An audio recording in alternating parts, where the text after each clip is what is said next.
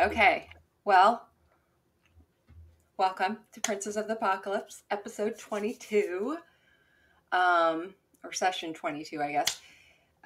Okay, last time we just a real generalized, there was a huge disaster in Red Larch.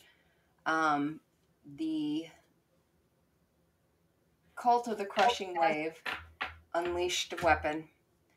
You were able to thwart one of them, but the other one you were unable to, and it exploded and crushed half the town during a weekend market. So, quite a few people were injured. Not everyone has actually been found. You guys, through many different acts, Rowan, you were able to dispatch several people, bad lizard folk, um, who seemed to be. Actually, you're not sure what they were doing, but they attacked you. They attacked first. Um, Sorry, I didn't prepare a recap. Uh, Essentially, the storm was abated finally as the waters rose, as a gold dragon flew overhead um, and headed towards the chapel. You guys headed that way and found Priestess Lamura on the rooftop, uh, casting a spell and causing a dry spell to cast along the area of Red Larch, which helped dry up the water. It took several days, um, and over the course of the next few days, we'll go through what each of you kind of wanted to do. It'll have been about 3 days that you guys have spent in Red Larch, and but for to start, where we last left off was everyone was kind of collapsing in exhaustion somewhere within the chapel walls still. Um, Liam was off on his own, I think, over by. Actually, remind me, everyone, where they were. Rowan, I remember.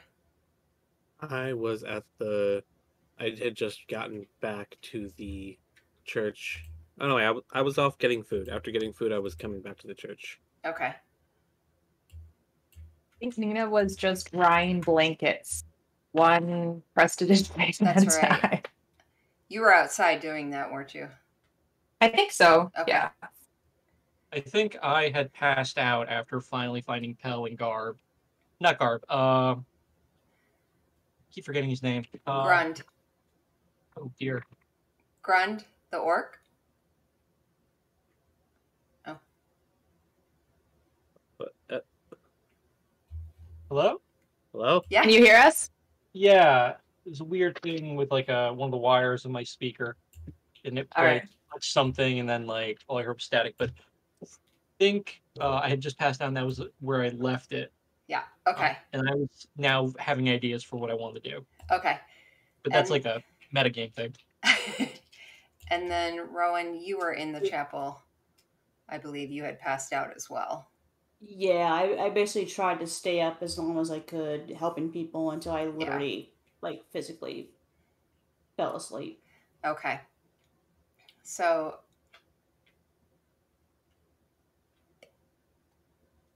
for the majority, like Rowan, Liam, you guys slept a good long time. Eventually, Nina and Three found their way to some sleeping area as well. The next morning, Rowan, you wake up and you blink your eyes open and you hear the sounds, the echoing sounds of whispers and people around you. And as you sit up a bit and look around, you see the chapel has thinned out some. Quite a few people have moved out. There's still some people there huddled together, uncertain of where to go next. You stand to your feet, muscles very sore, feeling the weight of the past day. And as you head towards the front, you push your way through the front doors of the chapel, feeling oddly drawn to it. And as you step through, you see a field of just grass, and the sky is dark and cloudy. And you look under your own feet and see you're standing on grass as well. And as you turn and look behind you, the chapel is no longer there. And you see the valley, a dark valley that you're very familiar with, having seen it before. And as you look around, you feel a presence beside you.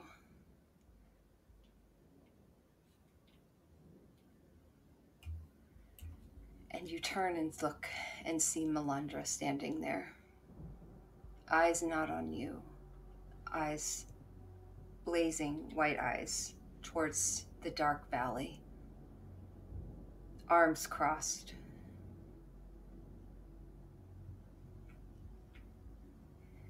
He pauses and looks at you finally. And a small sneer comes across his face. You've been touched by great evil. The stench of it still rests upon you.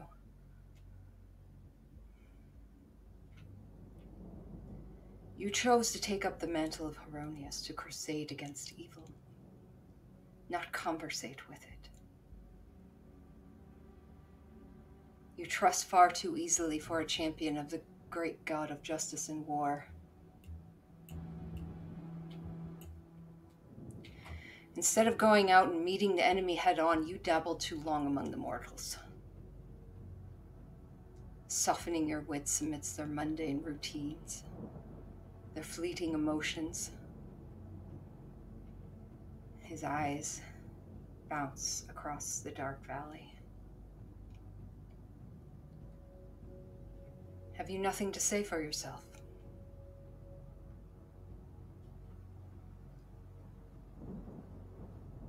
I've said it before and I'll say it again. First and foremost, I'm of this land and of these people. There's no such thing as someone lesser than someone else, and I will do what I can to help everyone.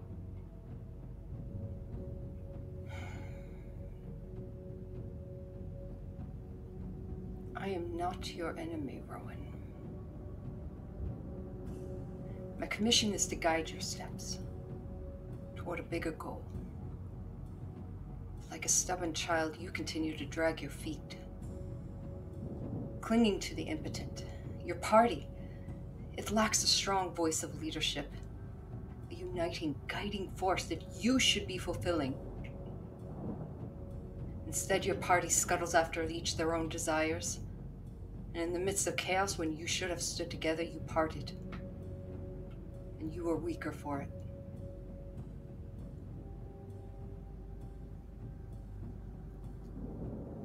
You can dabble with these mortals as one of them if you choose.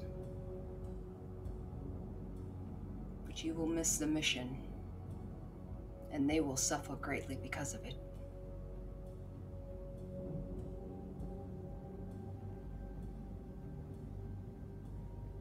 Heronius knew who I was before and made the choice.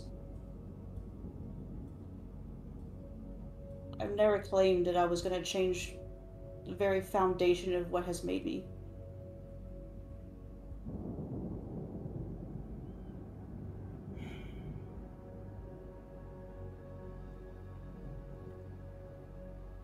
A vision of darkness has visited my mind. A dire warning. I do not yet know what it heralds, but it must be stopped at all cost. and that we are in agreement. The elemental unrest in the Desserin Valley is the first step in unraveling this mystery and putting an end to it.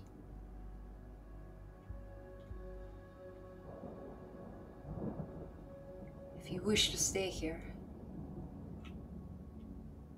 to continue helping the mortals, so be it. But there are bigger things occurring. A storm is coming. And you see his eyes look up over the valley. And as you look up into the sky as well, it just looks like a normal sky to you.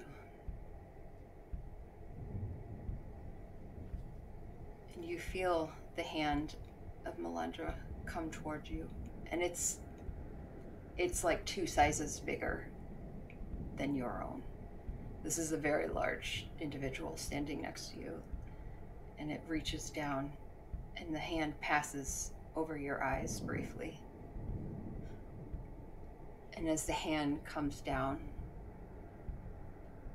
the sky is the same, but you see tears, ripples of darkness that seem to rip across the sky. This cracking, tearing noise occurring as each one does. And then it closes. And another one further off.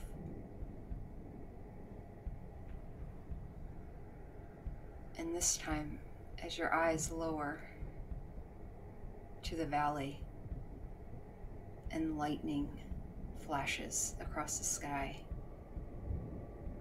the valley lights up and you see the entirety of it filled with creatures you have never seen before or could have even imagined.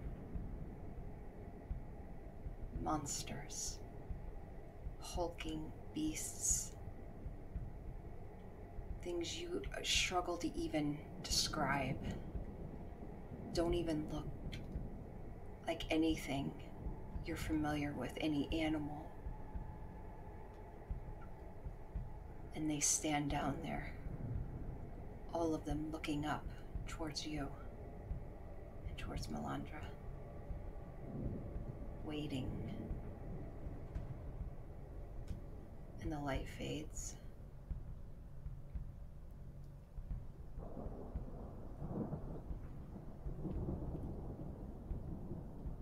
Do not forget that we do fight a greater goal.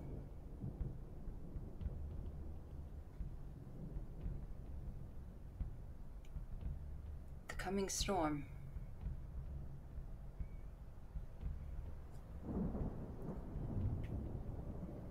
it is unlike anything we've seen before.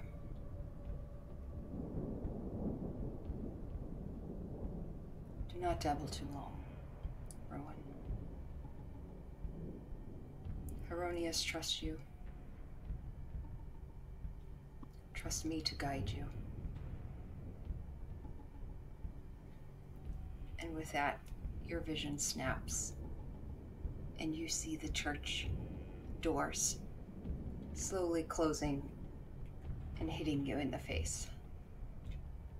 And you take a step back for a moment and shake it off.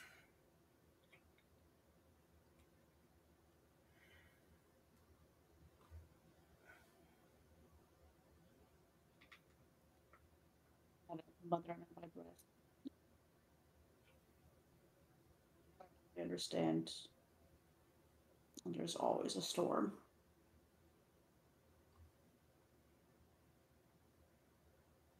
Continue to just walk down the steps then.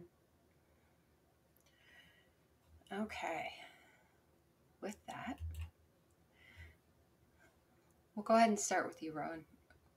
Over the next 3 days, each of you can kind of give a brief description of what you're hoping to do while you guys are here. We can either start with Rowan or whoever, if someone knows exactly what they're wanting to do. I can go. Mine's pretty easy. So Nina is just helping around town, but she is trying, like, she only helps if someone asks her to, and she kind of like does it begrudgingly, but she does deep down want to actually help. So that's why she's not like actively finding other things to do in preparation for, I think, the groups that they were going to talk about leaving. But yeah, so she's helping clear rubbish or look for people or kind of do anything like that throughout the 3 days. Okay. This is also very simple. He's just relaxing. He's gonna play his dulcimer, so that way, if people need something to listen to or need something to keep their mind off of things, he'll just keep playing and keep playing. He is, in his mind, he has done quite enough. Yeah. Also, do not worry about the conversation he wanted to have with Flick. Before you even said anything of, yeah, we can do that next session, me and him just started to talk in character to each other and had that conversation. Okay. Okay. Nothing, no revelations, really, just some talking. Oh, actually, there was one revelation. Yeah. 3 asked Flick to be his friend, and Flick said yes. What? Aww. Aww. That's 2 friends. Did you guys do the thumbs up, thumbs down thing? It was actually a check yes or no. Yes. That's amazing. Will you be my friend? Actually, I'm gonna read exactly what the fuck I said. That's adorable. So, like 3 actually asked this of Flick? Yes. So what I specifically said, Willa, could you please, can I be someone that you can call a friend? Okay, that's a little less awkward of a way to ask it. We were having a whole conversation. It was actually kind of hard to find exactly where I said that. That's okay. Okay, I'll mark that in my notes. Flick and 3 are now friends. Yes, and also, Flick kind of just called me a dumbass saying I thought we were friends. So, that's fun. That's appropriate. Like the snarky response, but that you're kind of confused whether that was like serious or not. Yeah. So that's fun. I've got 2 of the party as officially my friends now. Okay. All right. Wait, who's the other one? You. Oh, yeah. Okay. Liam or Rowan? What were you guys hoping to kind of accomplish over the next 3 days? Would you like to go, Liam? After you. Okay. For me, I would have gone out and searched out Valavo and Kippen to see if their shops were part of any place that had a lot of damage. Kippen, not more of like trying to recollect her belongings as much, because did we ever find out if she's like actually from here or literally traveled here for that market? She travels. Okay. She's a traveling merchant. So Valavo, I'd help with his location, any repairs that need to be done. Kippen, more trying to help kind of reacquire what she lost. Got kind of scattered around. Okay. And then basically going around and kind of the opposite of Nina, I would be walking up pretty much everywhere. Like, what can I help you with? Because of my background with carpentry, I would be kind of helping try to rebuild any destroyed structures and businesses. Oh, wonderful. Okay. That's right. Yeah, and people are happy to offer up tools.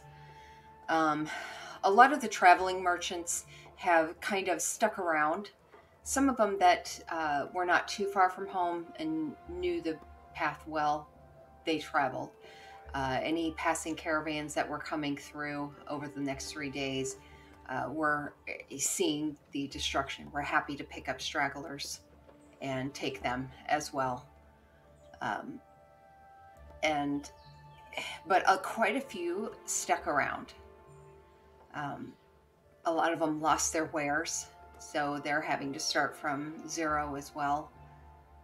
But all of you kind of find that the general whole of Red Larch has come together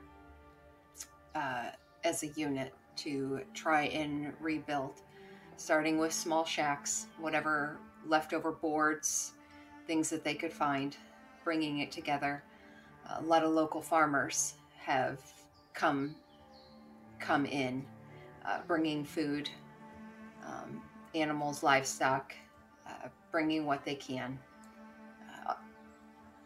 A lot of the people in this area, Red Larch in particular, the outland farmers, in times that they've had droughts, in times that they've met like sickness and things like that among their livestock, the people of Red Larch have always welcomed them in.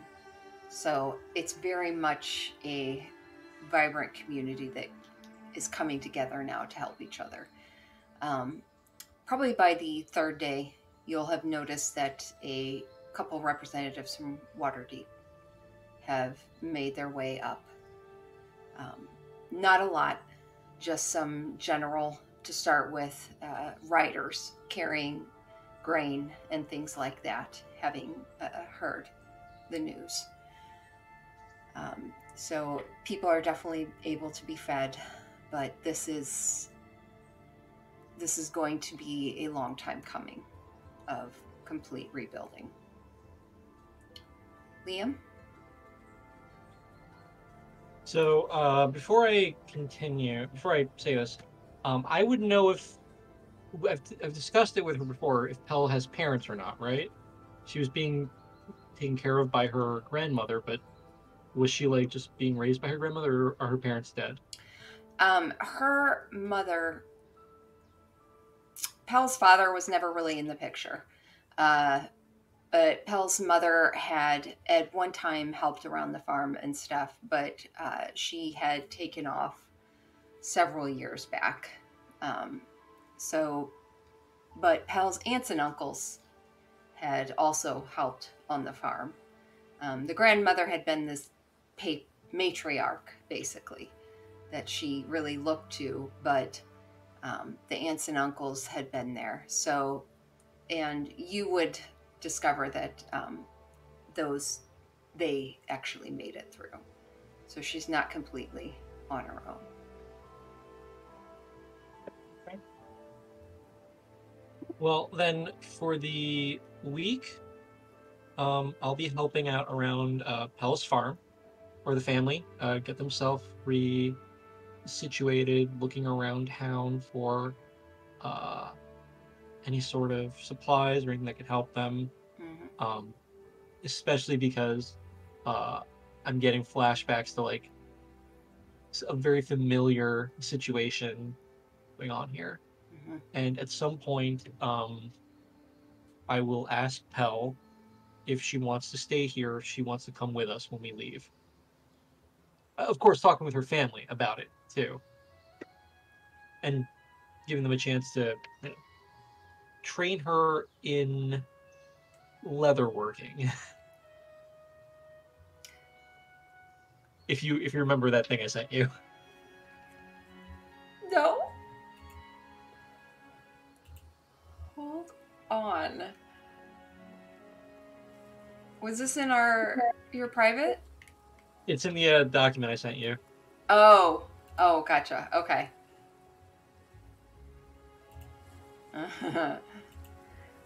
So, Yeah. The second you offer the idea,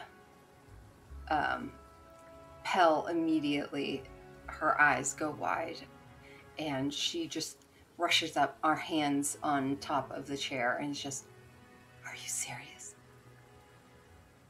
go adventuring with you and everything? Yeah.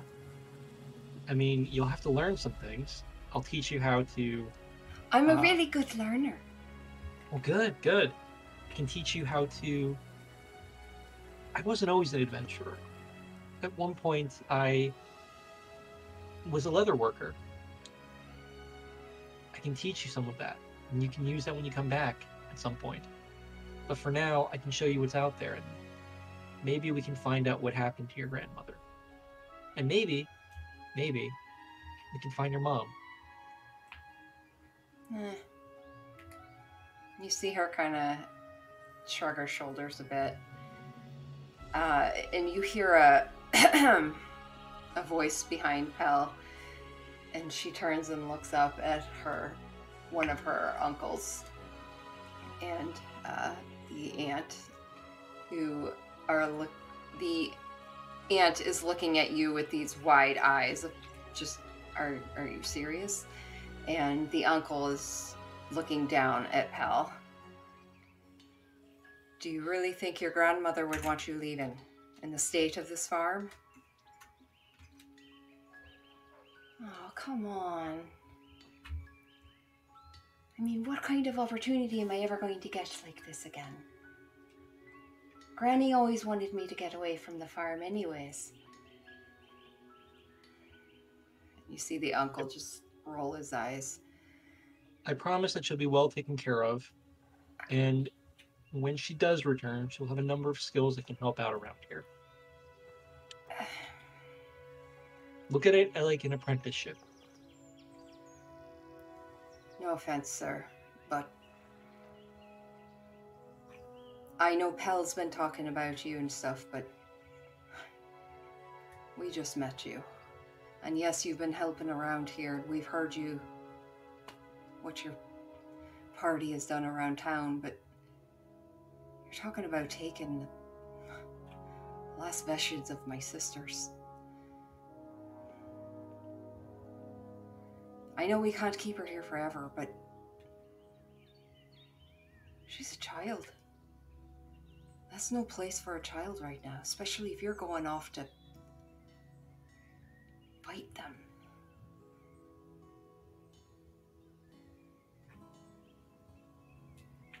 It's not safe. You see the woman beside him just like nodding her head. If there's one thing we've found out, is that it's not safe here either. What I'm offering is a chance for her to learn to defend herself. And if it does become more peaceful, an opportunity to take care of herself, to make a living for herself. Not through adventuring. I promise you that. Or if she wants. I can't decide things for her, but I'll teach her things aside from what we do. And I promise that no matter what, she'll never be in danger. That's not my goal. She reminds me a little mentioned bit you're going somewhere. You're going to fight the people that did this? Honestly, I don't know. The most I know is that we're going to Waterdeep right now. Or we will be. What happens along the way, I can't promise, but I can promise that your niece will be protected. It's a big world out there. You're And she right. deserves- It is a big world. Make a persuasion check. Ooh. There's going to be a high DC on this because you're talking about taking a child. You are going to take a child out adventuring with Yeah. a party who, on the regular, almost dies. Without consulting any of I know. said party. The Waterdeep Yeah. thing, I'm like, wait, what? Yeah. Such a Liam thing. Such a Liam thing. I'm going to use a luck. Mhm.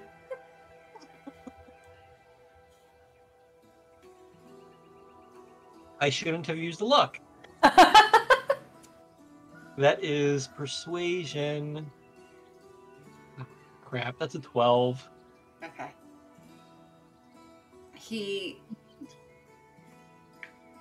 looks at you and opens his mouth to speak, and the woman next to him grabs his arm.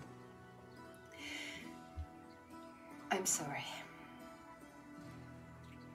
I'm sorry. I can stay quiet no longer. Our mother just died a few days ago. Granted, a lot of people died, but she built this farm. And when our sister left, and left Pell in our care, in our grandmother's care, our mother's care, we've looked after her. I know she can go out into the world at some point. She has an entire town of people here willing to protect her as well.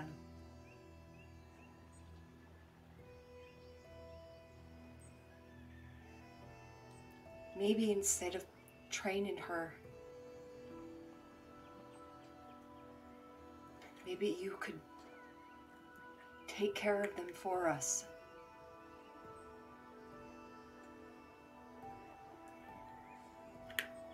I've heard talk from the mayor that they're trying to get up some funding, whatever they can, to pay for possible champions to come deal with this if possible, but you all have proven yourself worthy and already. And you obviously care about this place. Protect her by getting rid of whatever's happening out there.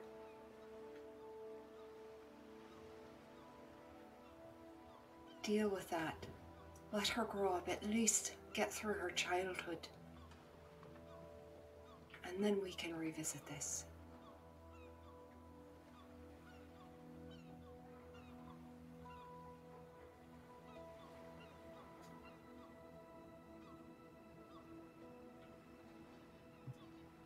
I'll get up, put my head on my hand on Pell's head, ruffle her hair, and just say, sorry, kiddo.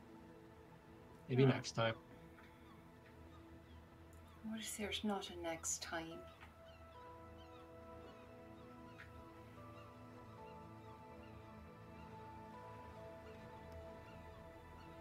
What if something happens to you?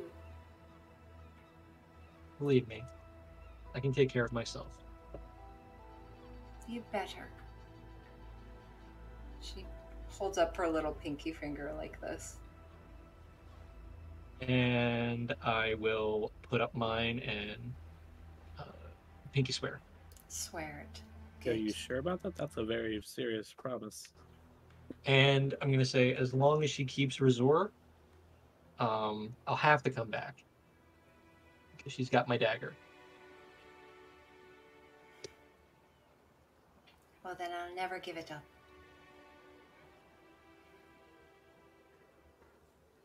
I'll look at her aunts and uncles and say, if you don't mind, I'll periodically send some money for you guys for her care. That's very kind, but that's not necessary. It's not necessary, but I want to. And you can't change my mind on this. This is my decision. We will honor that decision. And with that, however many days are left, I'll still keep helping out, but, I'll be staying wherever I stay. And you'll find as you're helping out, you see at one point that Grun's there quite often, helping out. Pell's giving him quite a bit of direction and things like that. But you notice at one point that Garb notices you and without even saying a word, helps you as you're lifting a board and doesn't say anything, just starts pitching in, doing basically wherever he sees you doing things as well. And he seems to have kind of made himself a part of the community as well. At some point, I'll have like a side conversation with them, just like a quick thing, both Grun and Garb, and just tell them to take care of this farm and Pell while I'm away. Yeah. Also, just as a question, during this time, we're all getting like long rests, right? Absolutely. Okay, Yeah. so my luck's back, and I have no I have no exhaustion. So Yes. cool. Well, she said that was depending on what we did. Yeah. Yeah. Which, based on what you guys are saying you're doing, that's, yeah, you'll have long rests and everything. Yay. Huzzah! We'll say by the end of the 3 days, you guys have convened. The Swinging Sword Inn was pretty damaged. However, because of what it is and what it houses with people, a lot of people have put their efforts into rebuilding that. It's nothing like it was, but it at least is standing once again, and the front end has been fixed. The oh crap, I forgot the name of the Helmet High Sun, the tavern across the road, that sustained minimal damage. Most of the wave hit the buildings on the opposite end of the street, but whatever damage it did sustain, they have quickly fixed it, and it was quickly reestablished business as people at the end of day of rebuilding, they just need time to relax and have a drink and unwind. So it's become quite the popular place once more. And you guys find yourself there as well. Having talked to quite a few different people, all of you kind of come together at one point. Seeing each other's faces, you mosey and make your way over and just join each other's at the same table. And here is a good time to decide what your next steps are.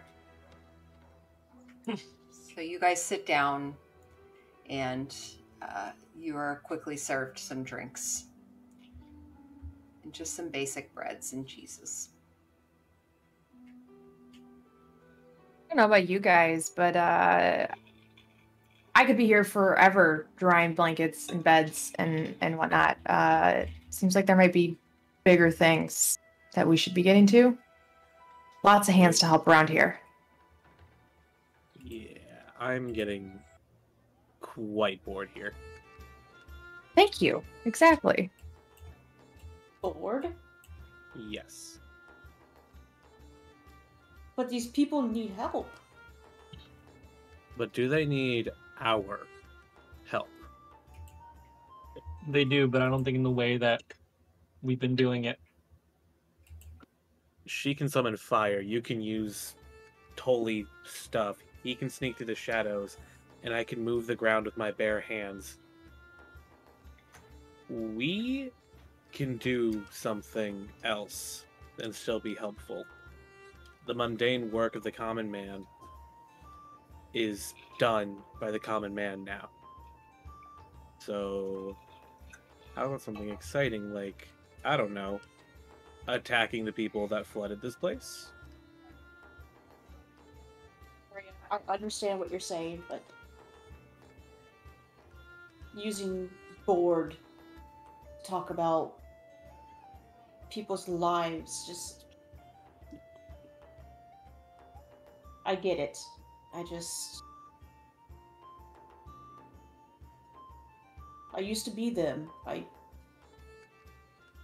seen this happen before, and to hear someone say that they're bored of the mundane, I'm sorry, it irks me a little.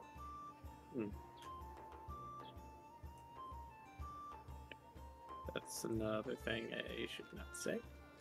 Cool. Not very good with speaking to people.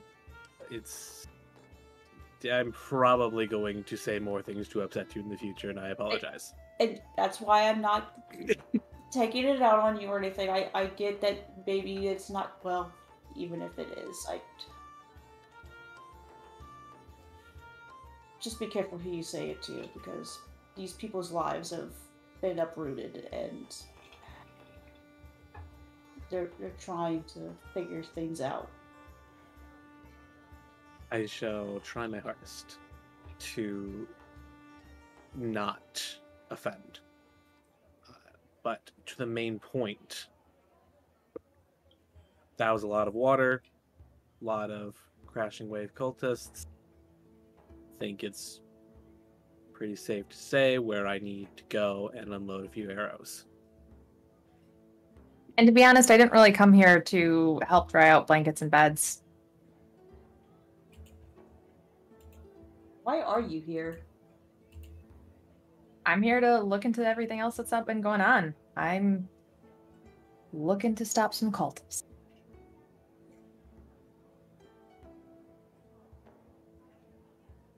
So we haven't reached a point of talking about you then. I mean, you haven't asked other than why I'm here, and I just told you I'm here. Is there something specific you want to know? Where are you from? That's a good question. Everland, north of the High Forest. Keep in mind, Nina, you don't have to share anything you don't want to. I know. Are Not even you gonna saying pretend. there's something that I shouldn't be sharing? Not even gonna pretend that I know where that is.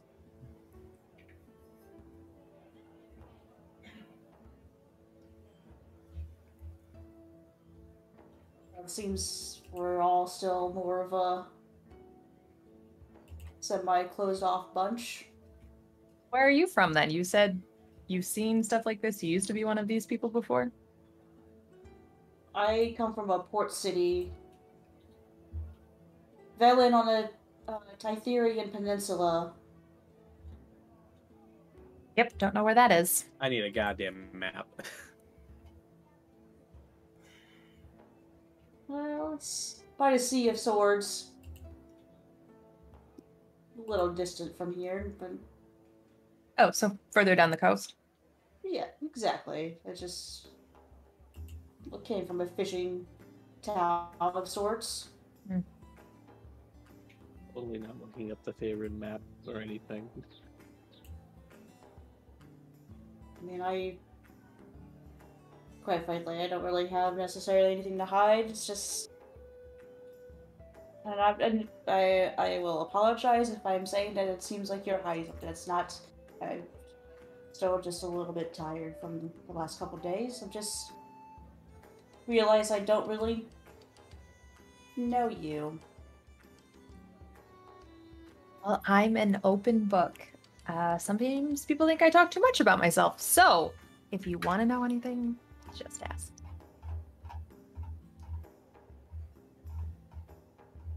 Okay, so what brought you to Red Larch specifically? I was told that there was some stuff going on, specifically around some of the cults. I got here and ended up actually connecting with someone in a fire cult. Because I do fire, that's my thing. Definitely not what I was into though, so I backed out of that real quick. But yeah, I met someone, Limura specifically, and they directed me to you through Sora. Since I was traveling by myself, they thought I could be of help to somebody else. So you were trying to become a cultist? No, I was looking into the cults, and they tried to recruit me, and I said, no, not really my thing.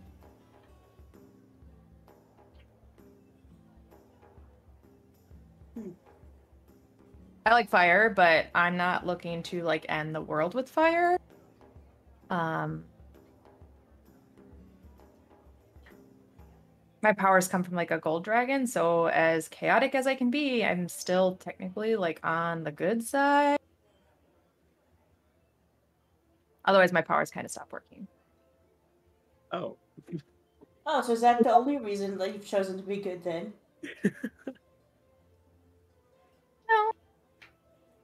Feels very forced kind of powers. To be honest, I don't know that it's ever actually stopped working. That's just what I was told. Okay. Did you always know you had them? Yeah. They were a gift from my father. And his father, and his father, and his father. It's like bloodline. Some great-great-great-great-grandfather helped out a dragon once, got a gift. Boom. And she'll snap her fingers, and there's just like a spark of fire that kind of comes in the air. Neat. That's probably why your sword is always glowing. I thought it did that because you were annoying. Touche, touche. While this is She happening, takes a big gulp of her drink. anyone who walks by, I'm slipping a piece of electrum in their pocket. Okay. Yeah, you know what? Go ahead and roll a sleight of hand checks.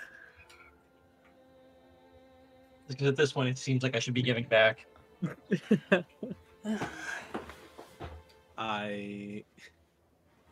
Sleight of hand, that's a 14. And what's my modifier? Ooh! The modifier is +9, so that's a 23. All right. Yeah, you easily, as the conversation is going, you just kind of are sitting here leaning. You just reach back, slip it into someone's pocket as they're going by. So tell me how many people have I done it to? Just so I can, like, subtract that from my... 4. Cool. Can I do an insight check on Nina? Yeah, on which part? On whether she's telling the truth? Yeah. Yeah, go for it. Vibe check. It's been a while since we've done a vibe check. I guess a little bit of a vibe, but also literally like, is this bullshit I'm being fed here? Ooh, shit. 19. Okay. Nina, are you trying to deceive at all? Or you can make either a deception check, or if you want, or... Are you trying to end the world? Are you trying to hold He anything hasn't back? said anything that is false, but there are things she's not saying too. That's what insight would show, is that So, you're getting the feeling she's not telling everything. Persuasion, is that what I'm countering this with to try and get above a 19? No, let's... To persuade her insight? If you're not directly lying, then insight's not a lie detector. She's just getting the feeling like I feel like there might be a little bit more here, but Yeah. she's not. There's gaps in the story. Yeah, but I'm Just not necessarily something that feels trying to off. deceive. I'm just not. You didn't ask very specific questions, so. No, this is a very innocent Okay, thing where I don't. yeah, I don't so- think insight would be involved. Yeah, let's make a persuasion check for you. I get where you're going with that. So you're trying to persuade her along what you're saying versus her trying to figure out if what you're saying is right or not. I got an 18 on the dice, and I have a +7 to persuasion. So. Okay. Yeah. So Rowan, you totally, you're getting the vibe. At first, you were kind of like, oh, this kind of sounds weird. But you know what? It also kind of sounds totally on par with the way I've just kind of been vibing with her the last few days. Plus, you did get that letter from Sora previously, and you have seen her interact with the priestess Lemura, which you've kind of come to respect and such. So she's got some credence with that. Mm-hmm. Yeah, we're vibing all right. Okay. Everyone at the table can feel the vibes in the air.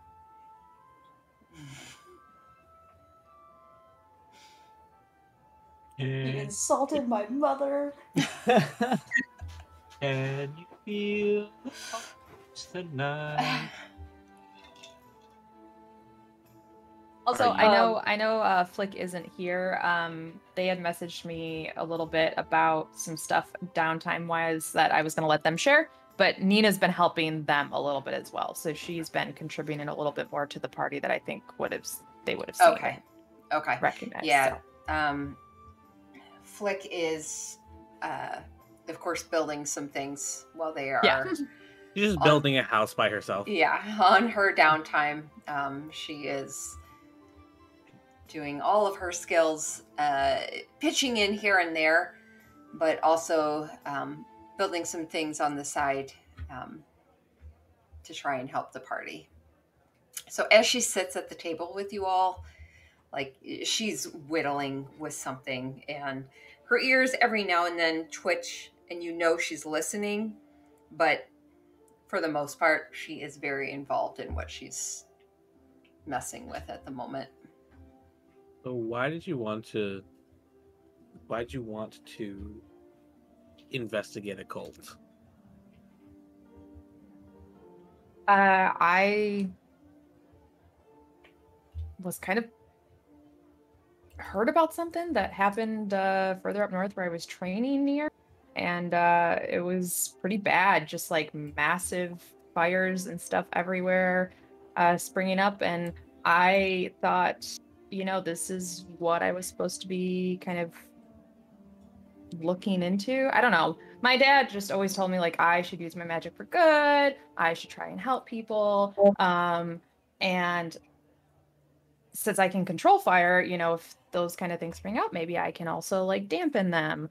So yeah, I don't know. I just kind of started following the trail this way. Huh. Okay.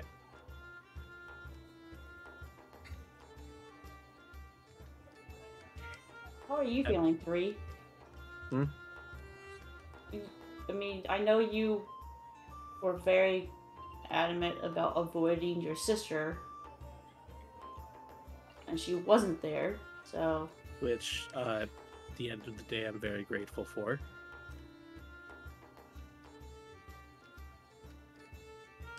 Are you close to any of your siblings? Oh, of course. Give me a moment while I get my document up. How many siblings do you have? Oh, I have 7 siblings. That's what. Okay. Oh yeah. I still don't know how you do that. I have one, and I could kill her half the time we talk to each other. So. Well, one is currently at a temple to the goddess Selene. 2 is she's on the road selling things as a merchant. 3 is right here. 4, 5, and 7, they all travel around in a circus.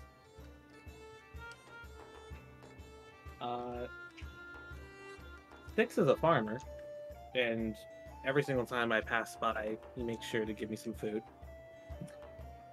And 8 is a bit of a problem child.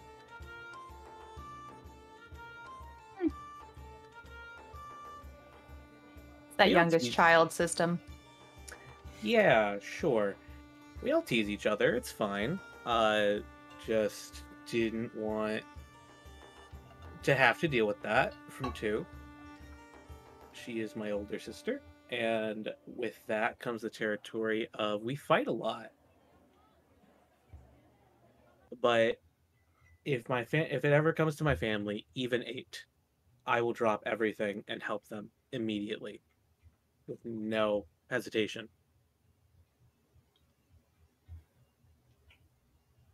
I am very close with my family. You guys, like, how do you communicate then? Small signs. I send letters to 1 quite often to send her money as well. I doubt she does anything other than donate it. But if she needs it, she has it. I'll see 2 sometimes, and we will chat then.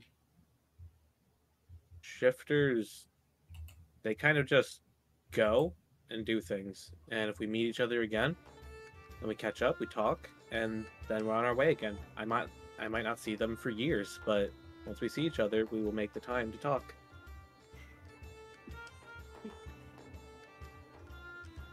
There's only 2 of them, 1 and 6, who are stationary. 1's being at a temple and 6 being on a farm. Everyone else just travels around.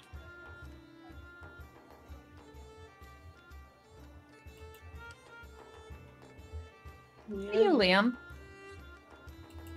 What about me? How'd you find yourself in Red Larch? And, like, attached to a little kid? She, like, follows you everywhere. I was traveling the road, and the road took me here. As for Pell, she snuck up on me one night.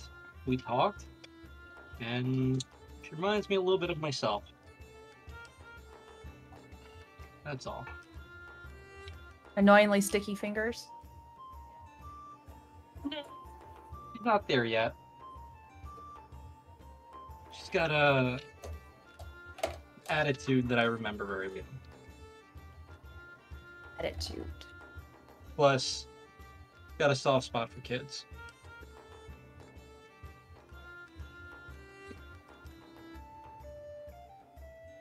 I think I remember being warned about that. I have no idea what you're talking about. Anyway, we do need to start thinking about what we're going to do, guys. Seems like the options we have right now are we go straight after that water cult.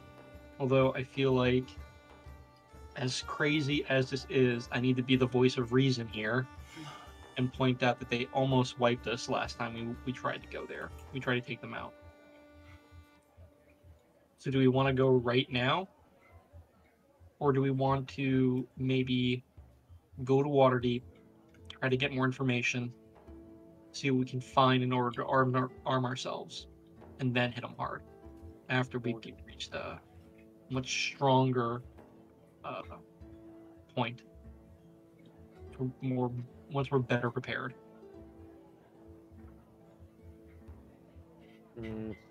All the way to Waterdeep, you think? Wasn't there someone who just arrived from Waterdeep? Do you think they'd have any information? So we didn't have to necessarily make that trip? I mean, we know that the Crashing Wave is here. I just told you that I've run into the Fire Cult. That's 2 elements, right? There's also that monastery. Honestly, I mostly want to go to Waterdeep because I don't think we're going to get enough supplies out here out in the boonies, as much as I do love Red Larch. But the sheriff guy, he's still missing, right?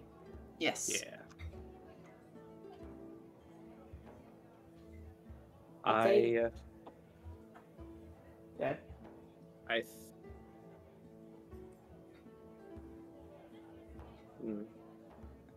I will say this even though I'm fairly certain this is not the correct thing to say. I don't believe that we can get any more equipped in a fancy city than out here. What is it exactly that you're looking for? That would help quite a bit. Potions, spell scrolls, weapons, armor. Maybe something that Rowan won't mess with. No offense. I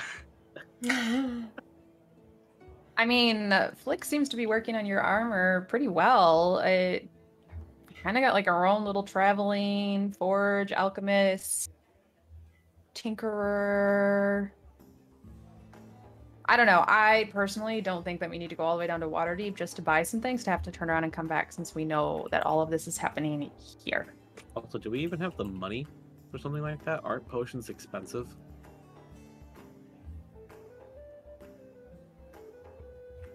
I'm just putting it out there, guys.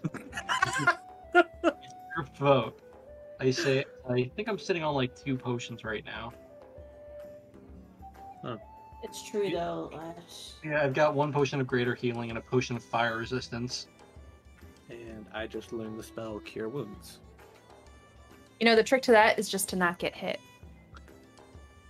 Yes. I was talking to Liam, you know. He has to be up But- close and personal.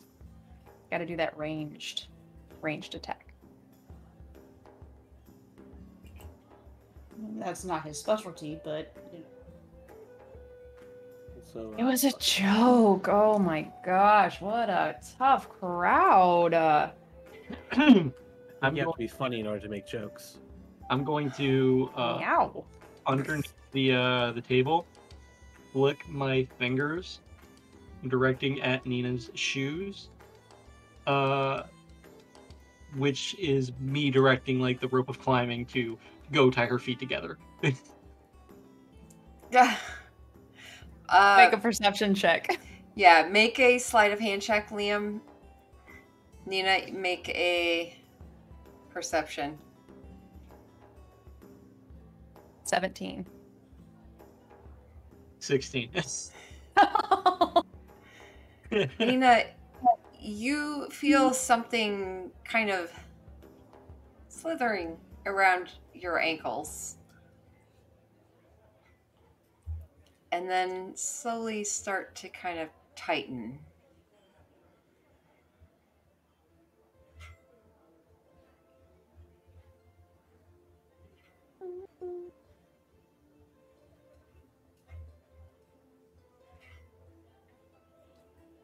Out of character. Where do you guys want to go? Because I'm perfectly fine with fighting. Out of character, I'm just putting out all the options. Yeah. I honestly don't care what world we go. I just know Waterdeep has been the place we've been trying to go to for like. I thought we were going to. We weren't going to Waterdeep. We were going to that town that Flick never knows the name of. Vessel. It's starts with Vessel. Yeah, I think Silmer. Flick had the idea of where we were going. starts with an M. I thought it started with a B. Silmer.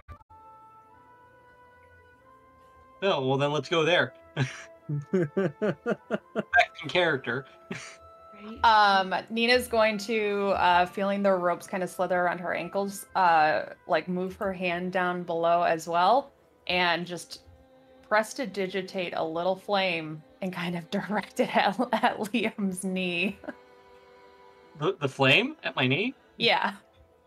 Look a little hot. You feel some heat coming from under the table, and for a brief moment, Liam, you're having a small flashback to when you lost your pants previously. Okay. And Oh god. you immediately push back from the table and look down. The rope immediately retracts and comes to your hand, with the emotion that drew you back into defense mode for a moment. These are really expensive pants. What? I'm just gonna look down, pat them off, just look at Nina, and just Don't Well- wink at him. well played, and sit back down. It's Belliard, by the way. Thank you. That's right. You're right. Belliard. Belliard. And there was Mirabard is the one I was thinking of with Oh, the Mirabar, yeah. Mirabar is, the bars, trade bars you guys had found. yeah.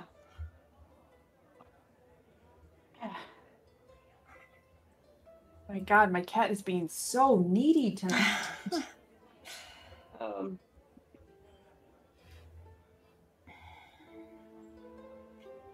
Could you know what, guys? Yeah. Are you gonna stick here at the tavern for a while? I don't know. Probably. I mean, since we didn't really decide where we were going, yeah, I guess. I'll be right back, okay? I'll Oh. just step out for a minute. Okay. And Nina's gonna hold up her glass and just be like, someone? Yeah, Flick's just like, farewell, as they Yes. are still deeply involved. You see a screw go flying, as they quickly reach and grab it and pull it back and go back towards it. Liam's gonna take a sip of his drink and just start humming to himself, "Running Up That Hill" by Kate Bush. Rowan, where are you headed? I'd like to go outside, and then I'm gonna head back towards the pond where I first met Durgan. Okay. So I'm you gonna head see if I can west find it. down Yep. the Keldale path.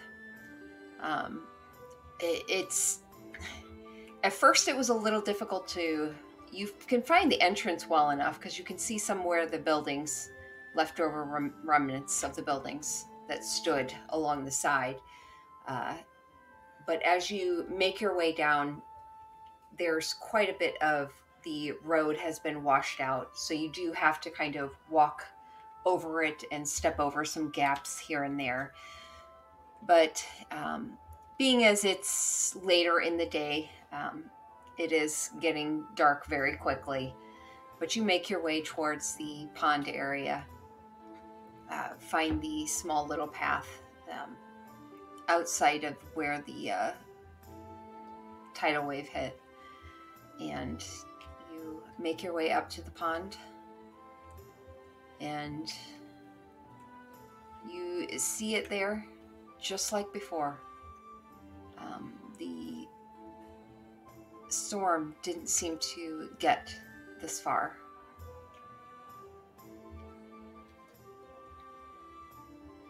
And I'm if just you're gonna looking look for around. anyone, Yeah, I'm gonna look around the edge of the pond, see if I can spot Durgan fishing. Okay.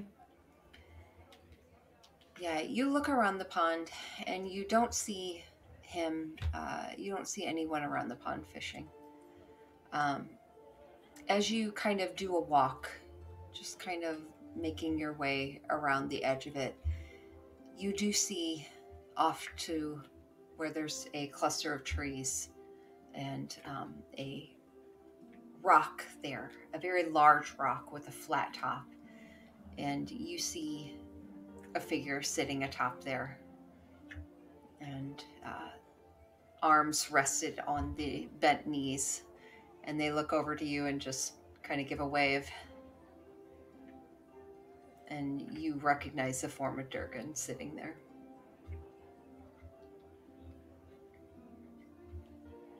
Walk up to him. I had a feeling I could find you here. Is there a better place to be?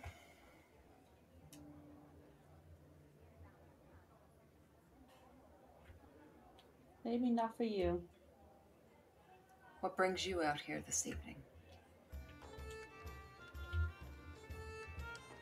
I was wondering if I could maybe get your opinion on something.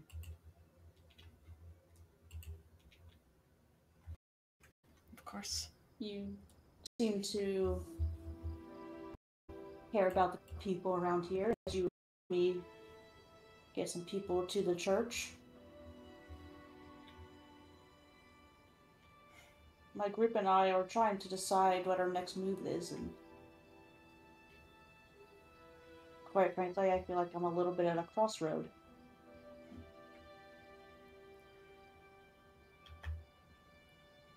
Yeah, I kind of got the sense of that last time we talked. I Guess I'm willing to admit that, for once, I'm not quite sure what my next move will be. There's no shame in that. But, I kind of thought you might be coming this way. And he pushes off from the rock. And you see there's something next to him, with a cloth resting over it. And he kind of leans his arm on the rock.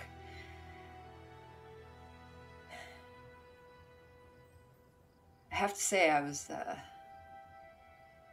pretty impressed with how you handled the lizard folk back there. I mean, you didn't even question stepping in to help those people.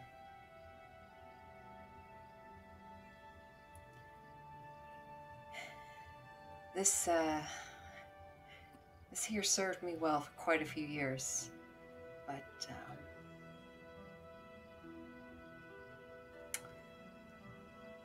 I think it's ready for a new master.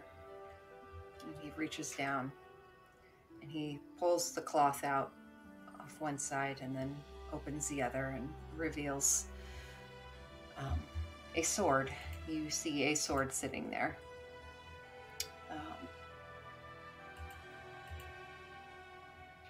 Hold on. Sorry. It's simple looking. It's a long sword. Simple looking for the most part, but there you see a thin layer of crystal-like metal along the fuller, so along the middle of it, and then the hilt has a singular rhombus-shaped, colorless jewel set within the crossguard, just above the grip.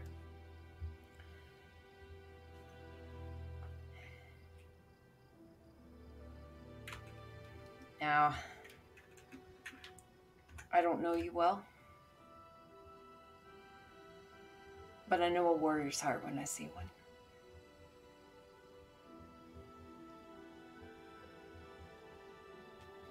So maybe you'd be up for a trade.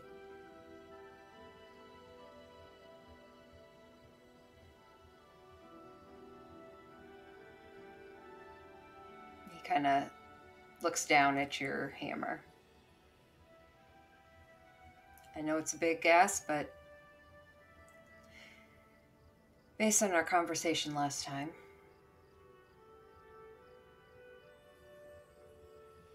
sometimes you need to put things down and pick the other things up. It doesn't mean you're losing yourself. It doesn't mean you're abandoning who you are or your mission.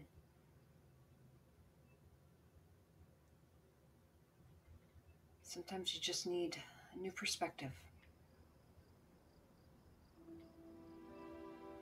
I can promise you she feels good in the hand. He picks it up and you see him kind of do a swing and swirl it a couple times. He kind of runs two fingers along the blade, almost like caressing it a bit. She's seen a lot of years, but I promise you, she'll treat you well.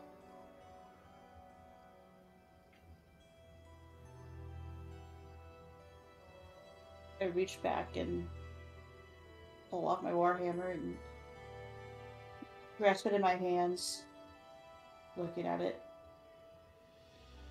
Kind of start to spin it in my hands, looking at them. All two familiar markings across the shaft, and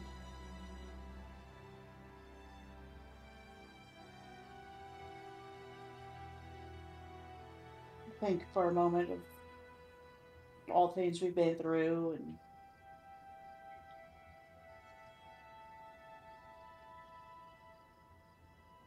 maybe a new perspective is right. And I'll hold it out. He holds his hand out and respectfully takes it, gives you a nod, and holds out the sword.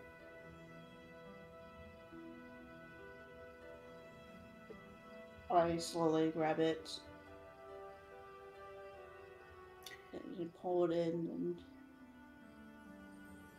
clasp it with the other hand.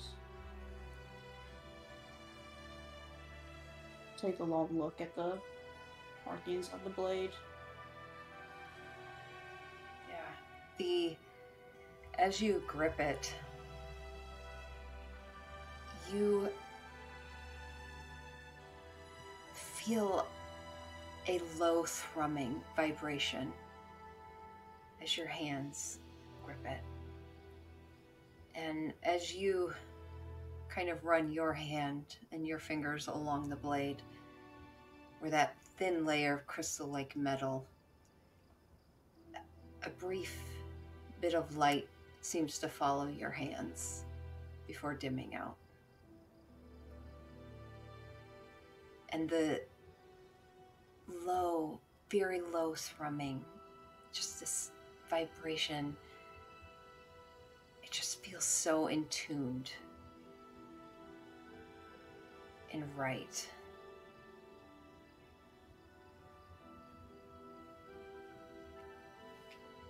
And you see Durgan kind of take a step back, smirk at you.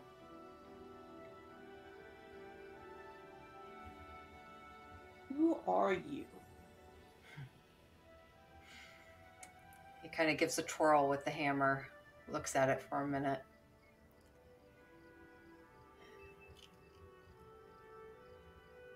You'll find out soon enough. And he snaps his fingers and disappears.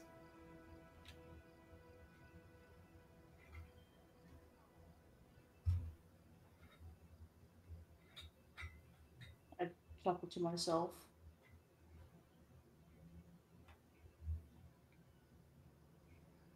This world is full of surprises, I guess. I swing the sword a couple times. Just feeling it.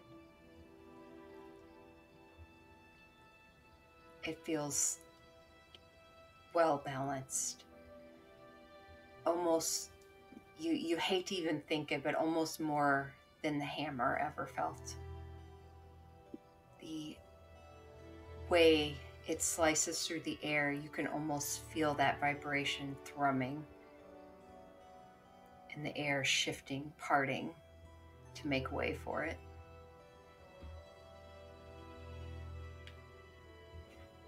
I swing out and then hold it in front of me, pointing towards the water. Kind of look at follow the edge of the blade, light bouncing off of it onto it. And think. Perspective.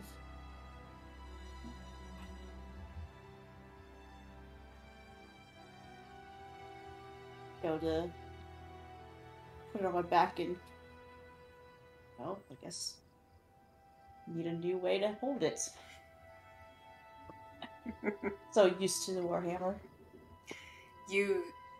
As you go to put it back, you realize there is a sheath sitting on the rock within the cloth as well. And you are able to pick it up and slide it in and fit it around yourself.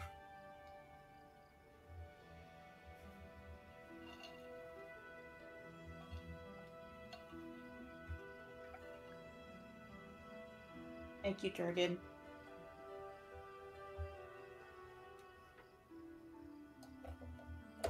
Till we meet again. And then I'll start to walk back. Okay. And where are you making your way back to? The inn or the tavern? Helma Haisa? Yep, I'll go back to the tavern. Okay. You all see Rowan come back in. Some of you that are drinking are probably well within reaching your limits of alcohol consumption at this point. Feeling very warm at everything you guys have been able to accomplish over the last couple days, considering the disaster that struck Red Larch. Rowan, as you see Rowan come to the table and take a seat, and you see,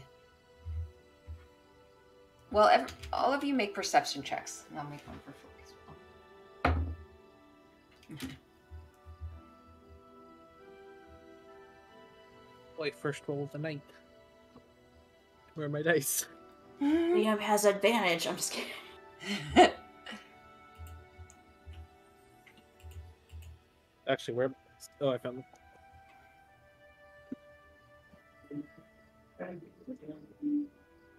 All right, first roll of the night. It's a nat 1. Very good. You said perception? Yep. That's a 3 thing. Perception. That is a 22. If it's not killing something, my dice don't care, apparently. Mm-hmm. Nina? You're muted. Sorry. Dirty 20. 320. All right. Yeah, Liam and Nina, you guys are very capable of holding your drink. And as you see Rowan have a seat, you 100% notice she has a new weapon strapped. Rowan, do you have it strapped to your back? Do you have it strapped to your side? Is it just like a long sword? Yep. Okay. I'll have it strapped to my back. Okay. And you see the hilt coming out across her back as she has a seat. So, See, we don't need to go to Waterdeep. So, are you gonna tell us what all that is about? What's about? The that thing you got strapped to your back. I think Oh. Liam's a little jealous. Look, it's not the size of it; it's how you use it. Flick looks up at this moment. Their tools kind of drop a little bit. Well, wherever did you find that? That's what I said.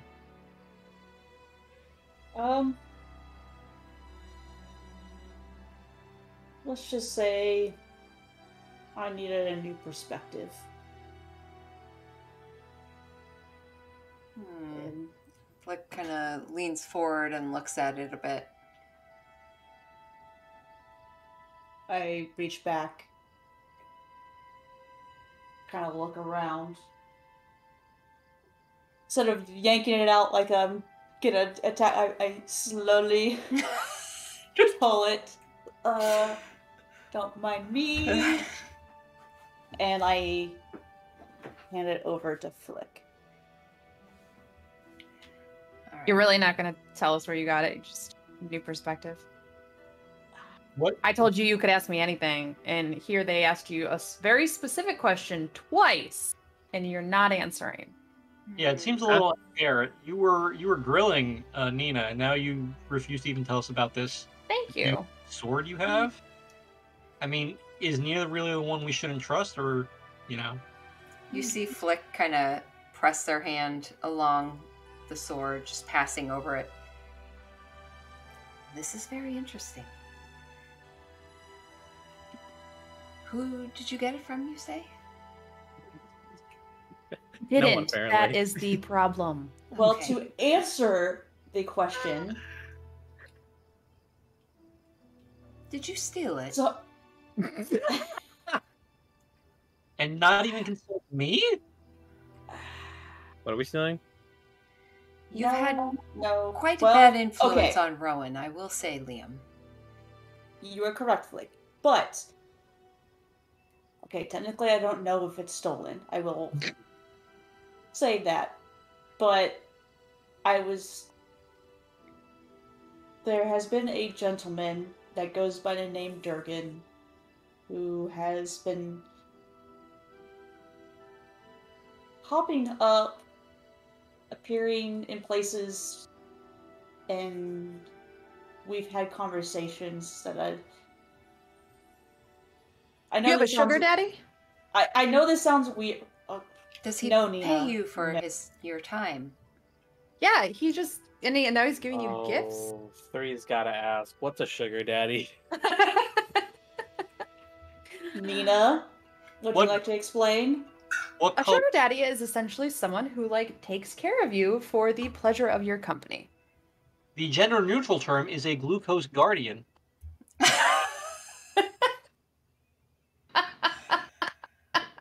Oh. That's great. Is this a normal thing? In some cities. 3, Okay. I do not have a sugar daddy Or glucose Oh. guardian. or a glucose guardian. Well, wherever And you she got did say it was a gentleman. I don't think we're wrong in gendering it here, but But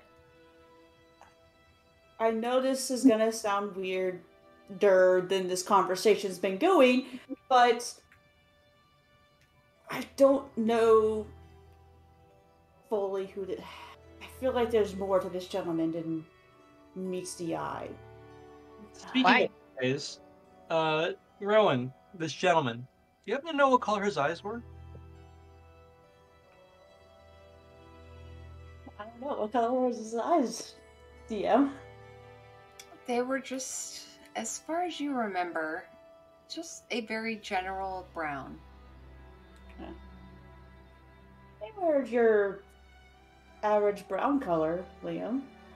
Take a sip. Okay. Why? I have an interest in eyes. You think it was a devil? Do my eyes fascinate you, Liam? Always. I mean, those cat eye slits, they haunt me. You see Flick smile a bit, the sharp teeth just kind of grinning at you before they go right back to the sword. Okay, let's. A gentleman by the name of Durgan, who I have been talking to, who seems to know more than the average person.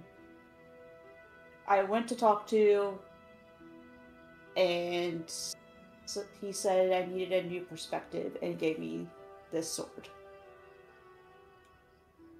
so we still don't have a destination.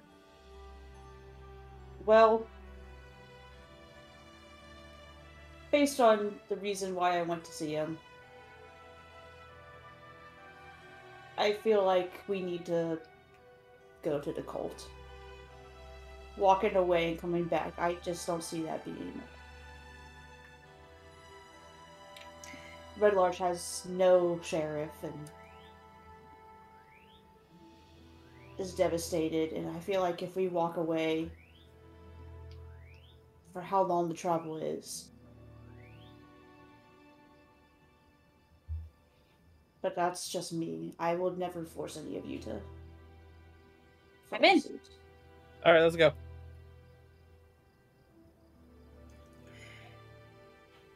I will. There's still a map in the room, right? I don't think there ever was a map. The one from the wall, There's one on the wall. Oh, that was in the other, Yeah. the Swing inn. sword. the inn, swinging sword inn. And that was like demolished, right? Or pretty badly Yeah, it damaged. got pretty soaked. So first off, I'm all for it. I'll go with you guys. Second, just out of character, you're killing me, DM. First, I wanted to have like a kid who would be like our eyes and ears and cities. I can tell you from experience, adopting children in a campaign is a terrible idea.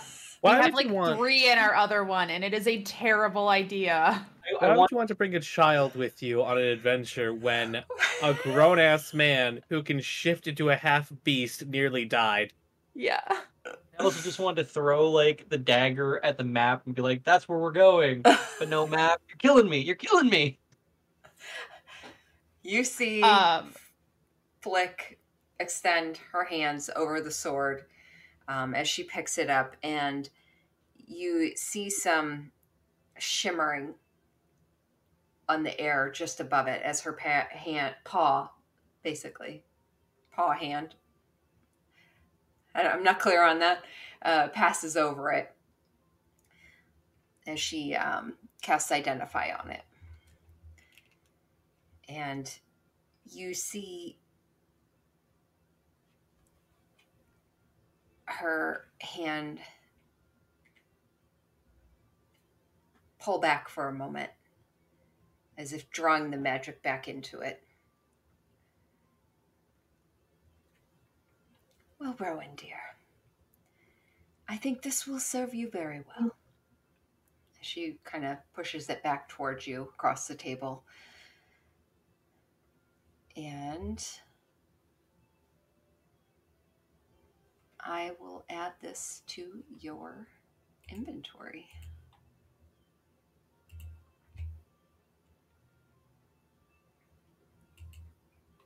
This seems like a sword that would be a bit more powerful than your hammer.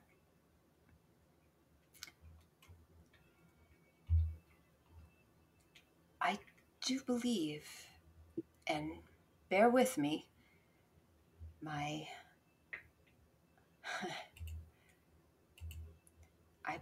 had my mind involved in other things, but I'm fairly certain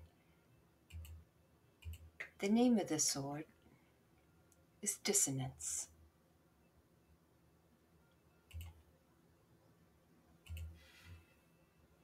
The sword has a name? Yes, many items from long ago. They had names, significant ones. Do be careful. Some carry other issues with them. Not all, but I get the idea that this one only responds to one with celestial blood.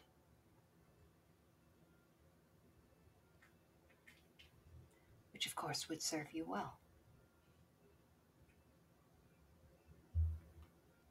And that's been added to your inventory.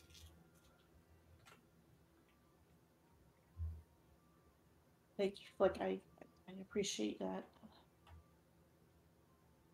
Dissonance, okay.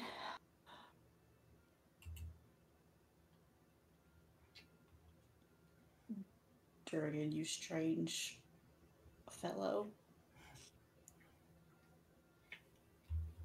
I'll take it and slowly sheath it back, kind of like, don't worry, I'm not hurting people here. Just taking weapons out in a tavern, it's fine.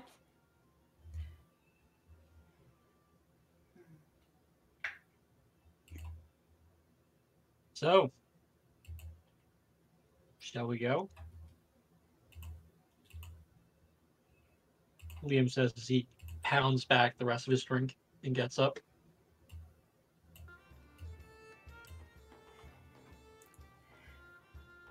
Well, we I'm haven't ready. quite decided where we're going.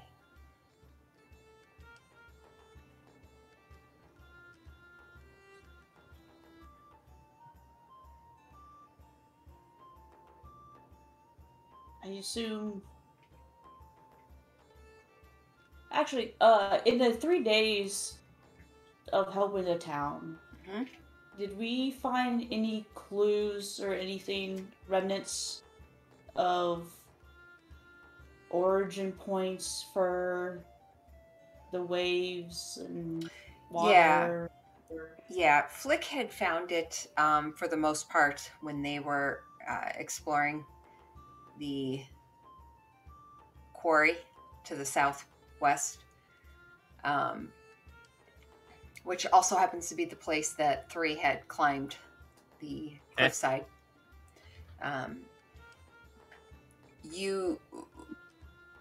At one point, you guys visit there to look over, and the quarry ground, 3, you would be the one that would notice this the most since you had been there previously.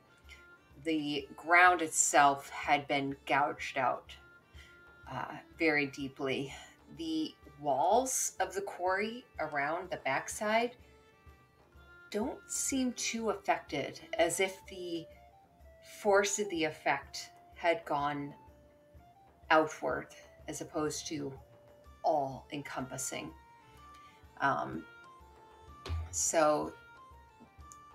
But yes, the actual destruction seemed to have originated from the quarry area to the south.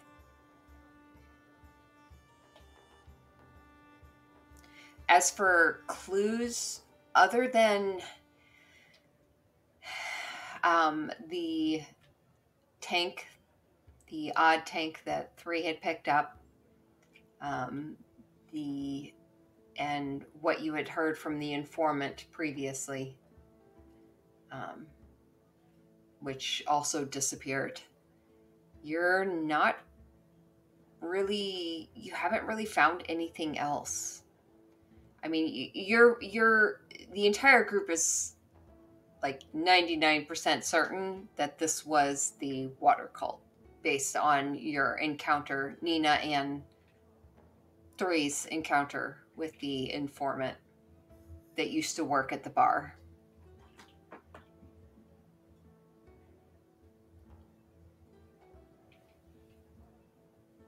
But nothing that initially points to the cult having a secondary location of operation from what we've been dealing with.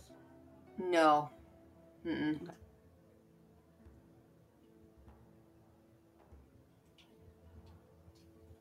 Okay, so I'll look over at Flick and like, well, I think I was gonna make a joke about our favorite place, but it's not really a place to joke, I guess. Good old keep up on the long river. That's where we want to go.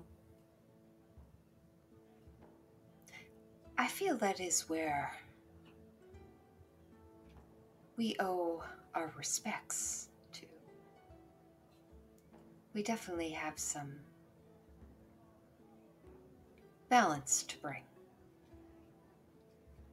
Dare I say revenge or vengeance.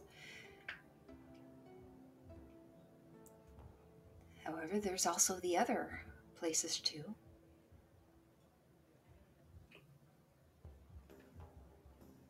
I'm not sure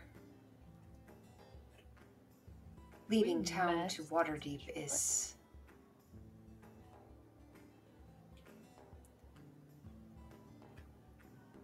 We did gear up before we were going to leave, before the disaster happened.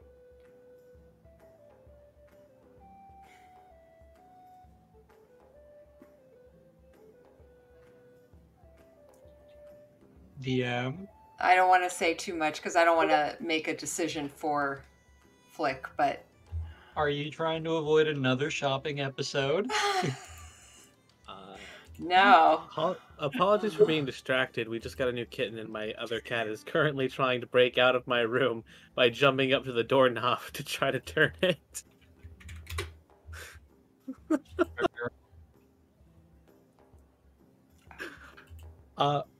I got up to lock the door. Where are we? I'm gonna try to follow along.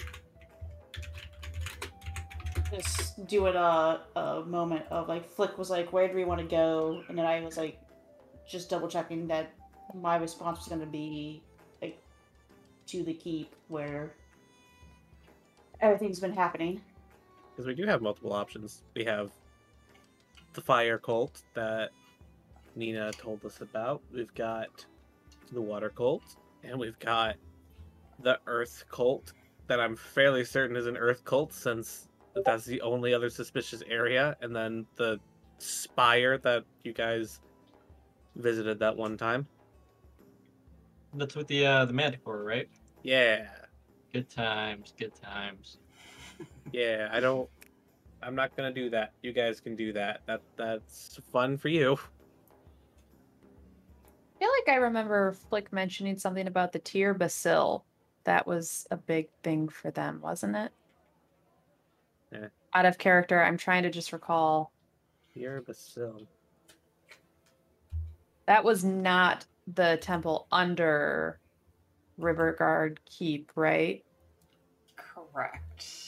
Okay. And I think it had to do with the Earth cult. I like switched from digital to paper notes again, and now I'm missing a bunch of shit. But yeah, yeah.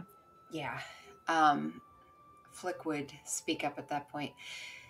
Yes, I am actually what brought me to Red Larch to begin with was I was looking for... It sounds silly when you say it out loud, but it's a meteor of types. I don't have much documentation to draw on, but it's something I read years ago, and it's always kind of tickled the intellect, so to speak. And I've always thought about it, and so for the first time I'm actually looking for it, and it directed me towards Tir Basil. And the only real direction I had was that it was somewhere in the Desserin Valley. It was written by dwarves, and I have heard that the ruins beneath the Desserin Valley are dwarven created, so that does lead me to believe that possibly that could be the ruins of Tir Basil. Got it. Okay. While Rowan's worried about keeping the people here safe, I would like to just do something other than dry towels. So I think the only thing to keep people in Red Larch safe is if we go back to Riverguard Keep and completely clean it out. I don't know how far we got last time before we had to do some stuff, but I know with the funeral and everything, we did have to come back. So that would be my vote, to go and just finish cleaning that out, maybe get through some of these water guys a little bit more, and that's saying a lot coming from me because I really don't like water. But after that, I will follow your guys' lead. I will be honest, I don't have a huge lead on the Eternal Flame anymore. Honestly, I don't even know if the girl who I knew is still alive. I haven't seen her, so Do you have a location? no. Just another girl I met who was part of it. Right, okay. Considering two of the ones that we know of are in the Desserin Valley, I would have to take a stab and say all of them are in the Desserin Valley. I can sense your logic. Perhaps we start with the one we know and go from there. Cool. I would like to avoid the earth one as much as possible, though. Let's do water. I would love to do the water one. Wait, why are we avoiding Earth? Personal reasons. That was another really vague answer. I felt like I was being really honest with you guys earlier, and then Rowan was being kind of cagey, and now you're being kind of cagey. It's just personal reasons, you know? It's I wasn't fine. being cagey. It's more that I don't truly know the full details. I just don't like them. It's very simple. Why don't We you just go ahead like and that? go. I'm gonna finish my drink off, and I'm gonna step outside.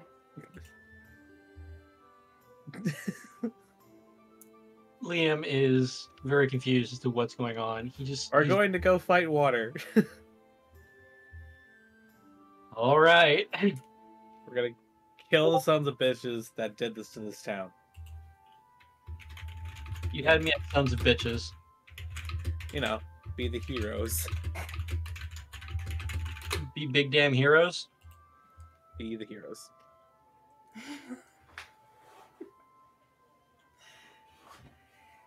Very good. Well, at least we should get a good rest. Maybe head out early in the morning. Okay. Hi, cat. You are opening so many things on my computer. What is happening? I opened the source code. Okay. Did you activate any macros? So unless anyone else has anything they want to go over, we'll say you guys kind of find your camp that you all have been staying at for the most part, and kind of join up together and just take a good night's rest, knowing you are in the safety of the ruins of Red Larch, slowly being rebuilt. Yam, I have a question for you. Yeah. In this time that we have been downtime, have I been hearing anything? Out of my little mirror?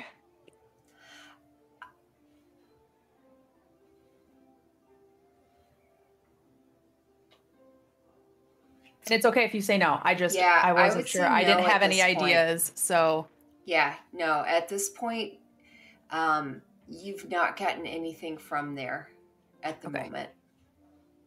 okay. That's probably making me a little uneasy. But Actually, that makes me think. Has my dagger been doing any funky stuff as of late? Uh,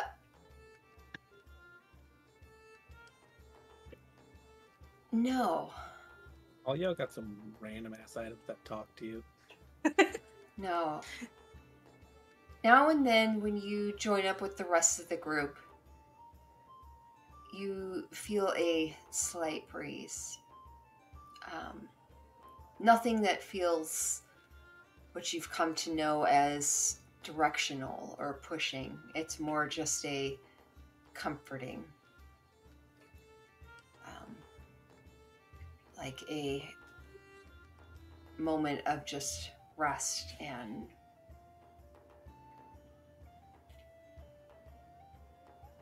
restoration amidst your party members and such. Almost Okay. like approval. Otherwise, we'll say you guys get a good night's sleep, definitely a long rest, and then we'll take a 10-minute break while I resort here, and we'll get ready for the journey for the next morning here. Kim's like, God damn it, back to this stupid keep. Resort, aka put all the enemies down. Hey, Meanwhile, good news. Very good news. I now have a walking speed, climbing speed, and swimming speed of 35 feet. What? That's how I feel about what's going to happen to us. All right. So Yeah. 10-minute break, and then we'll be back. Okay. Oh, did you see my message real quick? Yeah. Yeah. I don't want to just like Yes. automatically be like, yeah, I'm attuned to it. Like, do we want to kind of play that out where I gotta figure that out, or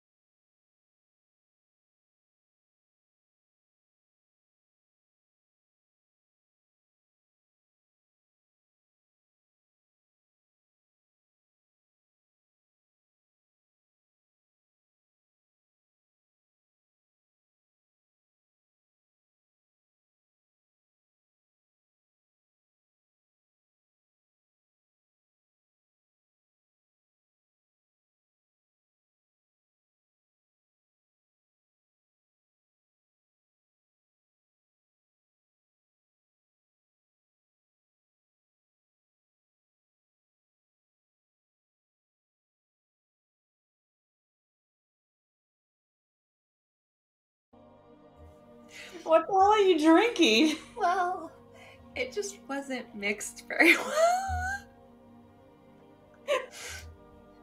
It just was not mixed well. It's like I don't know, it's a big bottle of like pre-mixed.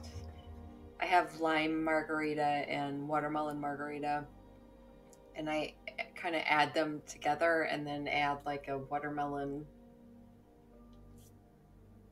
carbonated water thing to it.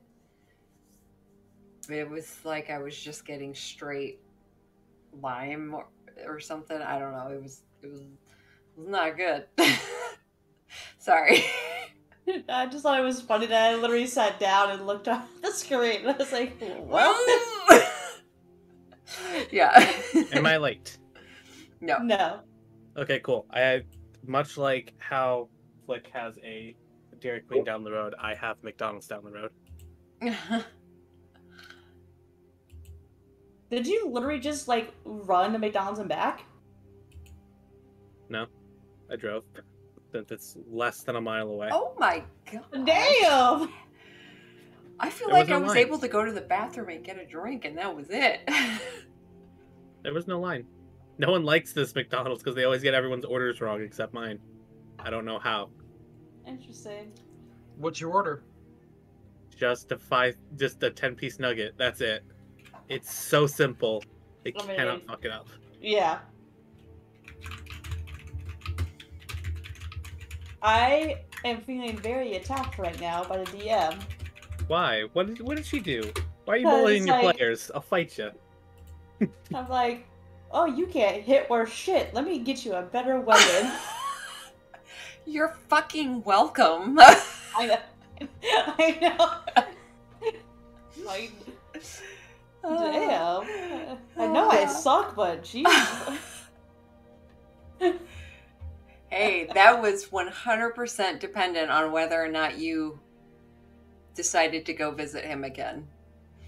Like, when it was happening, I was like, oh my god, it's like one of those moments where people are gonna think this was like, we talked about this and like pre-planned this shit. And I'm like, Nope. Well, I mean, Nope. I had it in mind, but it was completely dependent on whether or not you decided to go back and speak to him or not. I thought it So- was pretty well planned after Liam's like, yeah, we should go to Waterdeep to go shopping. So Rowan can get something that she can hit with, and then you're just like, look at my new sword! Oh yeah, what kind of sword is it? I have not looked at it. As soon as you gave it a name, I was like, wait a goddamn second. Because I gave it... Huh? Yeah, that's not... I thought it was a different sword. you just made it, it's your own creation, right? Yes. Okay.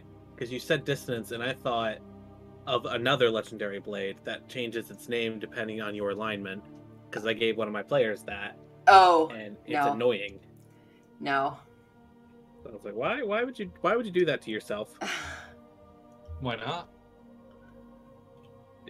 If you hate yourself, then go right ahead. Okay.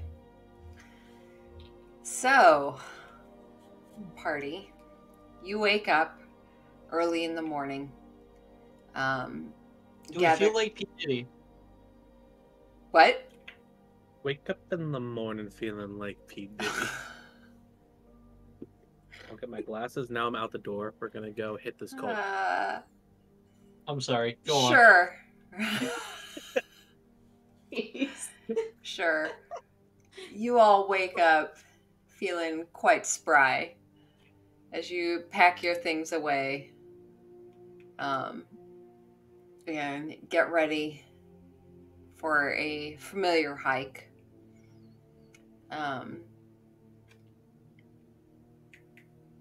You guys are headed back towards... Oh shit. Why did I just suddenly... Riverguard Keep. Riverguard Keep. Oh no. He insta traveling, or is it I'm gonna be perfectly honest with you. It's gonna be a lot faster because you have 3. That's kind of what rangers are in the game for, is traveling. We've gone there enough times, it's pretty much like the back of our hand. Yeah. Yeah. No, you guys were able to traverse your way there without any kind of incident. As you come to the familiar area where the ground either goes down towards the river or heads towards the walls of Riverguard Keep, how do you want to enter? Like what's your plan? Like the Kool-Aid man. And you don't see anyone directly like scouting around the area. As you sit and kind of watch for a little bit, you don't see anyone along the walls other than one singular individual that seems to kind of walk the silhouette of them. Is the pile of burnt bodies that Nina left still there? Just to clarify, that wasn't actually Nina. That I think was like the other people cleaning up all the previous bodies. She just was willing to take credit for it. By the way, DM, we don't have the map up. Yeah. Oh, okay. I think she's waiting to see where we enter. Yeah. And do. Yeah. What are your Through the plans? front Like, gate. are you wanting to go back into the Riverguard Keep itself? Are you wanting to go through the river entrance that you came out of? What's your plan? I'm gonna say it right now. I don't think maybe going in through the water is a good idea after what just happened. Well, yeah, there was that staircase that we found that led us down to that like wharf area. So we could try to go back down there. So we're gonna potentially fight our way through the castle again. And Well, then now go back. now we know what we're dealing with. Sure. I'm not saying I'm against it. I was just clarifying. Yeah. Like that could be And what besides, happens. Besides, all we have to deal with is one guy up there. So far, at least. Are you able to try to take him out quietly, 3? How far away is he? If the answer is anything less than 800 feet, then yes. Then yes. I'm sorry, 600. That was 600 feet. Still yes. Is he a mile away or not? If he is less than a mile away, my answer is yes. If I can see his pinky toe, he will no longer have it. You can see them quite clearly. Okay, cool. Are we causing pain? Are we causing them to be knocked out? What are we... I have options. What would you prefer? Don't kill him. Okay. Incapacitate him. Okay. Some info. Perfect. Going to take out a blunt arrow. And my dice. Gotta move my food out the way. Alright, second roll of the night.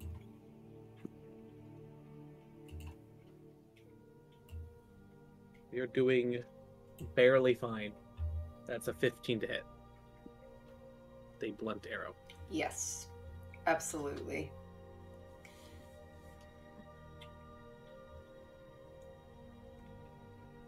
With the goal to incapacitate. Okay. Would this be the first turn of combat? That matters quite a bit. No.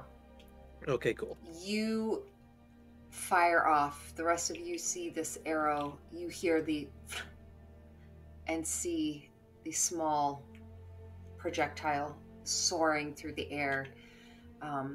Before you see it collide with from your view, where you could see just this silhouette of a person walking.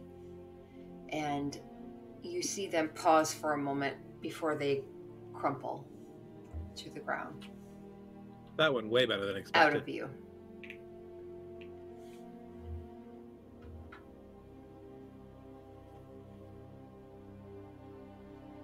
Okay. Let's go. I'll just walk up to the front gate. I will be keeping an eye out to see if anybody else starts, like if we see anybody else come up walking for whatever reason. Okay. Guys, I switched to chainmail, so I no longer clickety clack on the. I did get a 19 on that perception, if there was anything to see. Okay. Yeah, you guys make your way into the Riverguard Keep. And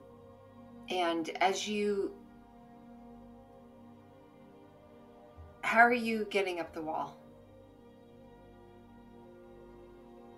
Liam, you got that rope? You know it. I'm going to point up at the top of the wall for the rope to get up there. What's the word I'm looking for? Latch itself onto something up there or the side of the wall. No, in fact, no, it doesn't even need to do that. It doesn't, because it just goes with you. Yeah. Yeah. So just go, rope. Rope goes. It goes up and it immediately kind of wraps itself, like slithers around one of the stone pieces that sticks up, and you tighten it, and like you feel the vibration as it just goes taut. So, who wants to go up first? I can. I will go up with her just because now I have a climbing speed and it's a wall. You want me to I'm do like- athletics? I'm like, look now, I can climb.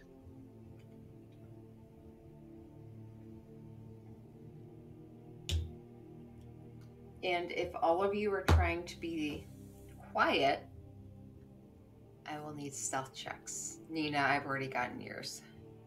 Okay. Neat.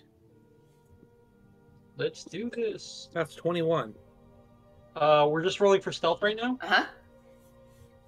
So which of my new dice am I going to use now? And Oh, did you test them in water? I did not. I'm living dangerously. I'm in danger. 14.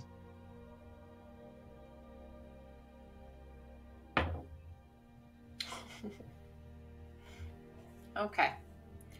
So for the most part, all of you are able to scale up, climb up the rope easily, even Flick. However, as Flick is making her way up the rope, you all hear whatever contraption she has strapped to her back, since she no longer has the bag of holding. She has roped her items to her back, and it's clanking. So you all hear her just scuttling up easily, but you hear that clank, clank, clank, clank as she gets up and makes her way up to the top and kind of brushes herself off for a moment. Well, We're all just like staring at her, like, really? that was not ideal. Shall we continue on? Sure. You think it would be a good idea to leave whatever that is here, or are you done with it? Is it finished? Like, is it going to help us down there? I mean, can always everything come I back make for it. helps us.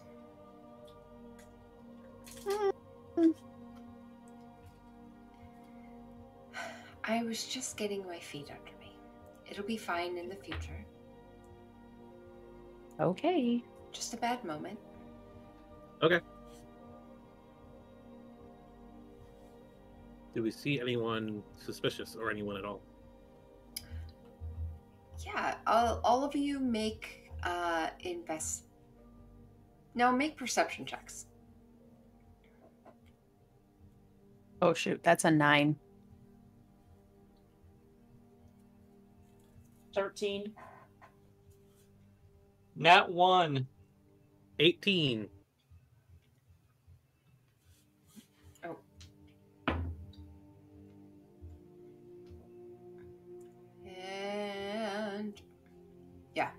got an 18 as well.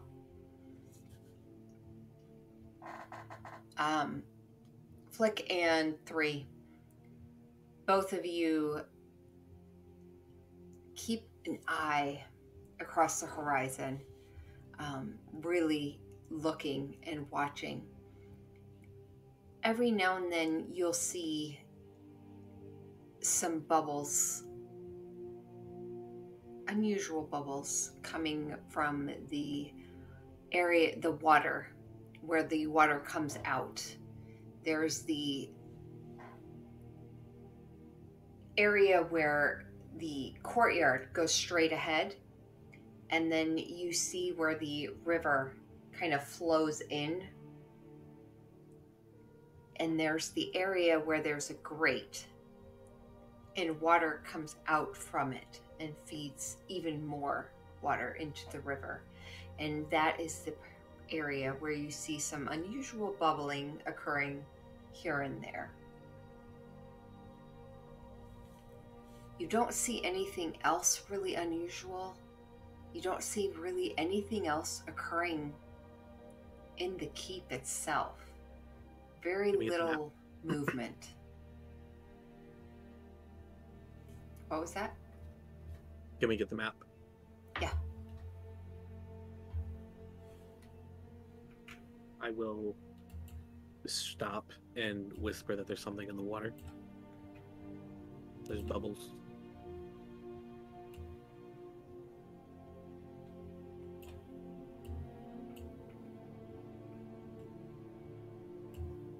Okay.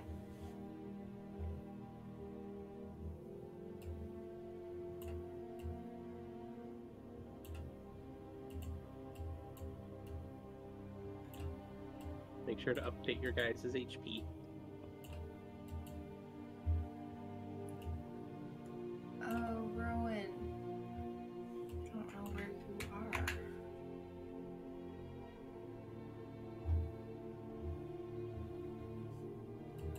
Hold on.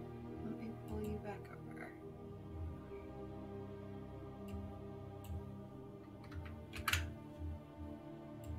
Blows my mind if there's still darkness on this map.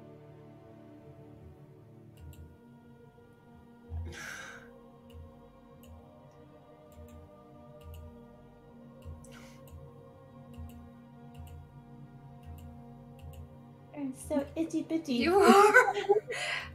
Hold on. I have shrunk. You're the biggest, I think, of all of them. I just thought it was funny. So around here is where I saw the bubbles. Yes, correct. Okay, I'm gonna get everyone's attention slowly, one by one, and point over there. There's some bubbles. Something is under there, or there's air leaking up.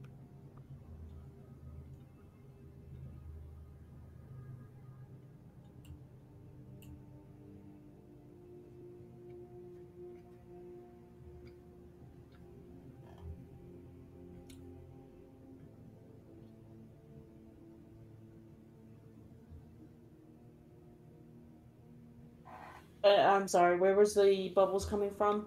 So Okay. coming from that swell of water right there, where there's a long grate across it. Did you want to where go are they- check it out? I think Liam didn't like the idea of going through the water again. That's why we were going to go through the keep. Is that where we came out when we used the boats to get out of the underground part? No, you all Yeah. came through where the same place you went down, Okay. which was the hidden door in the. Actually, we came out by boat, I think. The last time we did. We did. Because we had Garb wait by the boat. Yes, you came through the boat and you took it to the stairwell. You're right. We did. Yeah. Yep. And then we came out and hung out and just kind of chilled outside of the keep a little bit. Yeah. Yeah. Okay. You're right. Okay. So, do we want to take care of possibly what's under that water, or do we just want to go directly to where we know we can go down? I mean, bubbles don't always mean bad things. There's just creatures that go in water as well, right? We also collapsed a whole tunnel, so there's a chance air could just be coming up from there.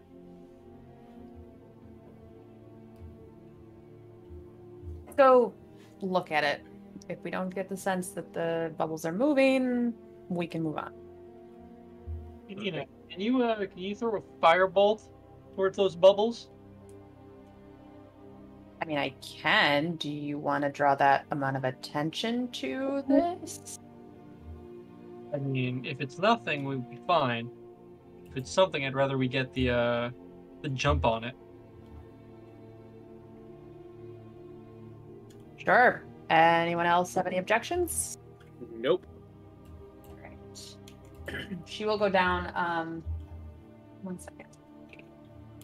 All right. Yeah, that is within 120 feet. But she would get down off the wall so that, like, if anyone did come up onto the wall, they couldn't necessarily see her hurling this. So, kind of stepping into here, and then she will cast Firebolt at that. At the grate itself? Yeah. Okay. And I'm just gonna look over to 3, give her cover fire in case we need it. Alright. Bow is drawn and ready. So learn that keeping a bow drawn is really fucking hard. So... It's a 21 if you need me to say what my hit was. So. Okay. So this streak of fire soars through the air and hits the water, and you see a sudden burst of steam as you see the light go beneath the water. The steam kind of burns into the air for a bit before it dissipates quickly. And you all stand there and watch. And nothing happens. For a moment. Go ahead and roll damage for me. 18. Or no, sorry, 16. 8 plus 8. I'm concerned the way you phrase that. Nothing happened for a moment. What happened in the second moment?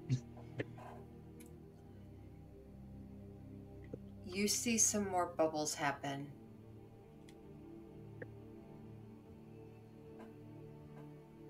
And then nothing. Have the bubbles stopped? As you're watching and keeping an eye on it, you see the bubbles go closer towards the lip of the cave. And They're on the nothing. move.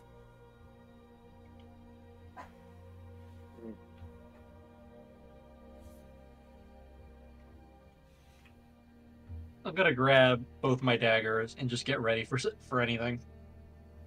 Well, Should it's I retreating. do it again? It's retreating, so that means something's down there, and it has the intelligence to go back.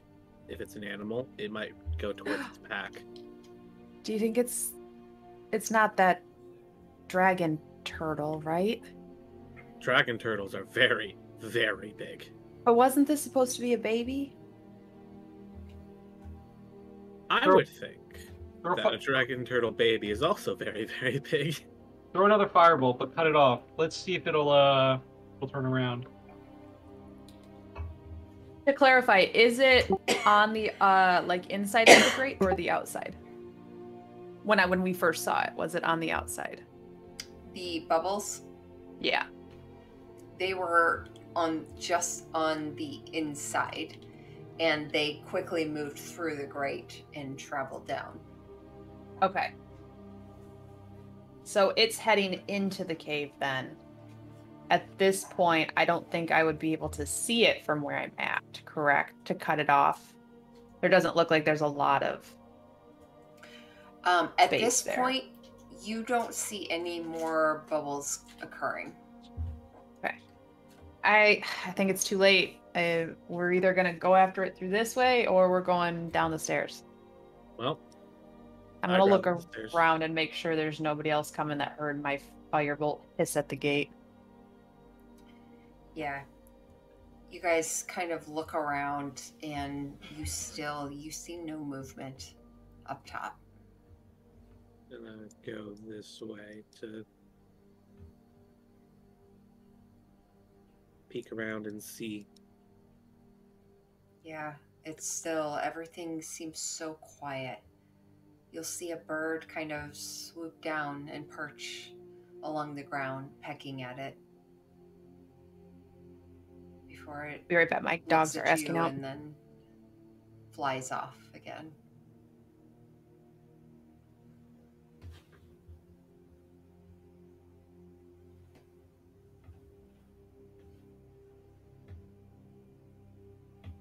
Are there a lot of birds that are just coming in and out? Like the same kind, like just the same birds going in and out? Make a perception check for me.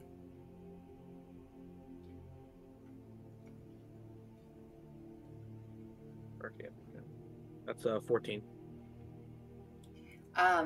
You notice quite a few birds are circling along the western wall, where you remember there being a large area where bodies were being burned. Bodies of those your party had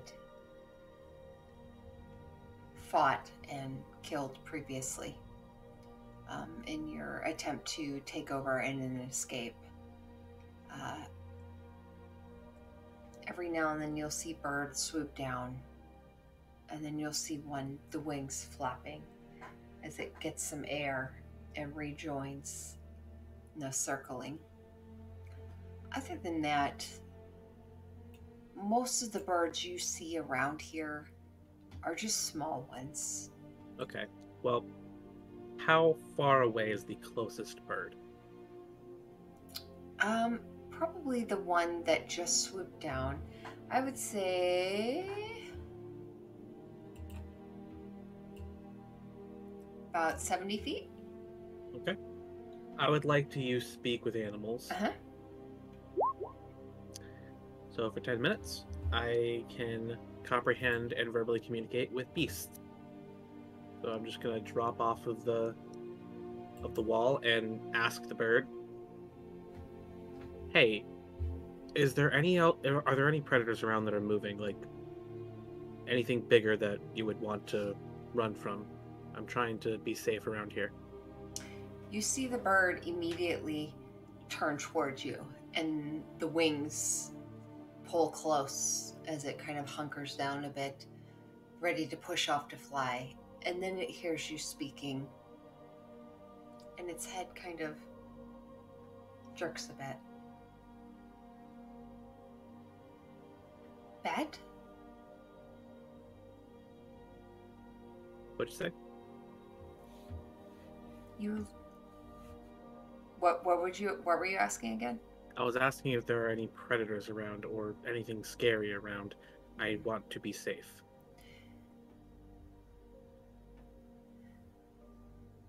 Predators.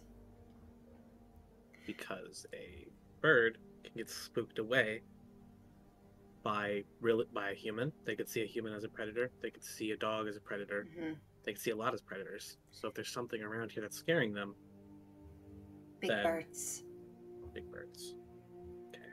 Big birds. And it looks up at the larger carnivorous birds that are circling over the body pit off to the west. Okay. Are there ground predator? And its head tilts towards you.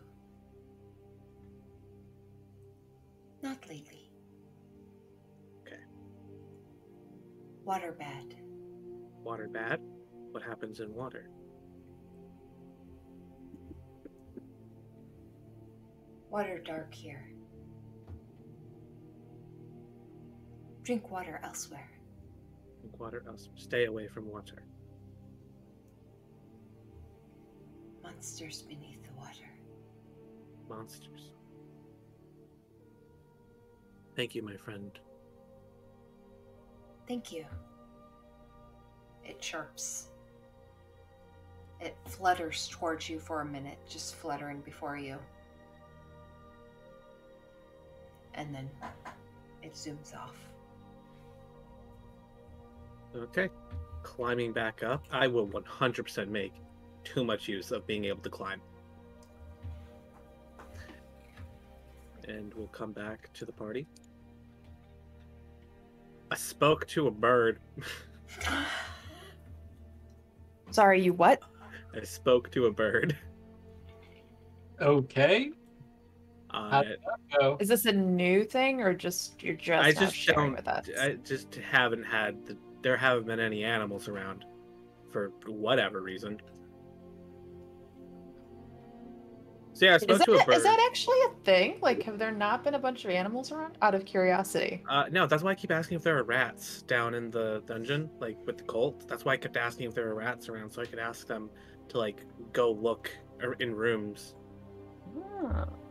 And there have been no animals anywhere. Yeah, I talked to a bird, and it. I asked it very simply, if there are any predators, because to them a human can be a predator, a dog could be a predator, really anything could be a predator, because birds are very small. And it said, only in the sky, bigger birds, which are currently devouring corpses, and not lately any ground predators, so nothing's moving around here. But the water, it said there are monsters in the water.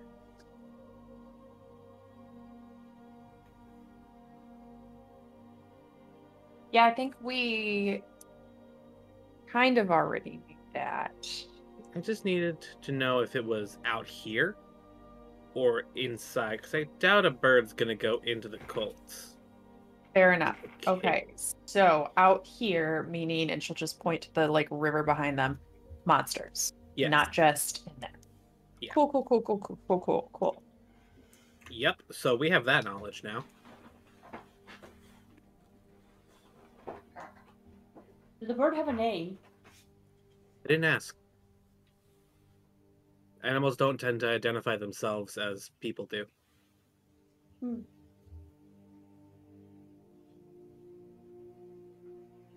They work more as a group rather than individuals.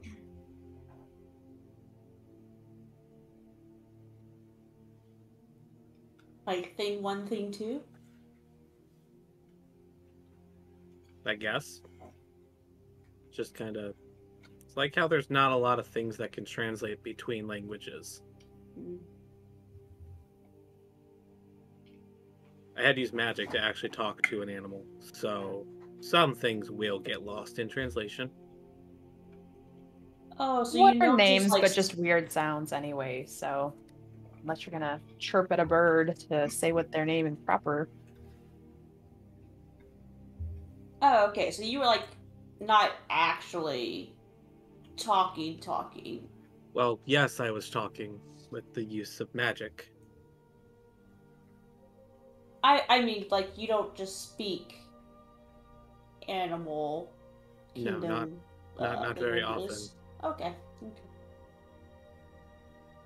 No, I can understand cats pretty well. I mean, technically, all of us can, right, Flick?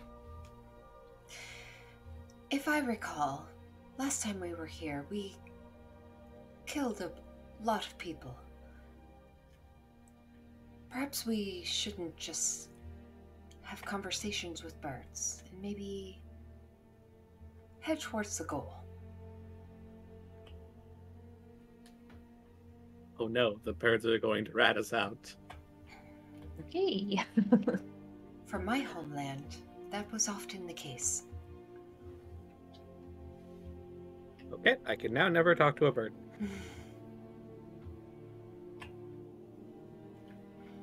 I have no idea if that's true or the DM's just saying some bullshit, but now I can't talk to birds. Perhaps the well- birds here are not so bad. Maybe Hit it, Flick's hit it. right. Maybe we just go and Let's Okay. get this done and over with, yeah? Okay. Monsters outside, monsters in there, monsters wherever we go. That's why we're here. Check your corners. Watch each other's backs. Don't go rushing in. I look over at Liam a little bit. Maybe let's not blow up any other doors or things. Well, you don't have to worry about me doing that I don't have the ability to. anymore. I don't know what this contraption on Flick's back is, but I'm watching her back. It's just things I'm working on. Okay. But since I used the bag of holding to save Red Larch, which unfortunately was not enough, I now have to carry everything on my back. Something I've been thinking about that is, as an artificer, Flick can just, at any time, make another bag. Mm-hmm. Because it's a magical infusion. You Yeah, can just swap the infusion to a unfortunately, new I bag. don't know what they're using, what they are creating yet. So, as of right now, yeah. She's just carrying everything in a normal backpack.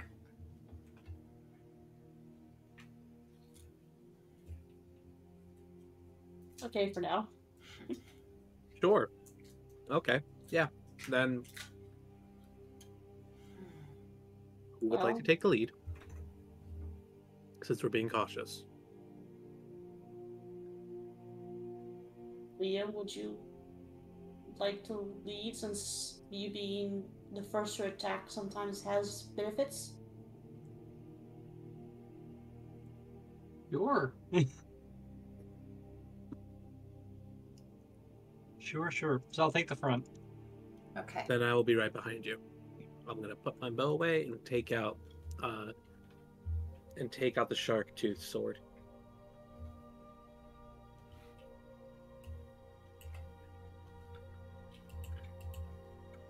I can go in last, Blake, if that's okay.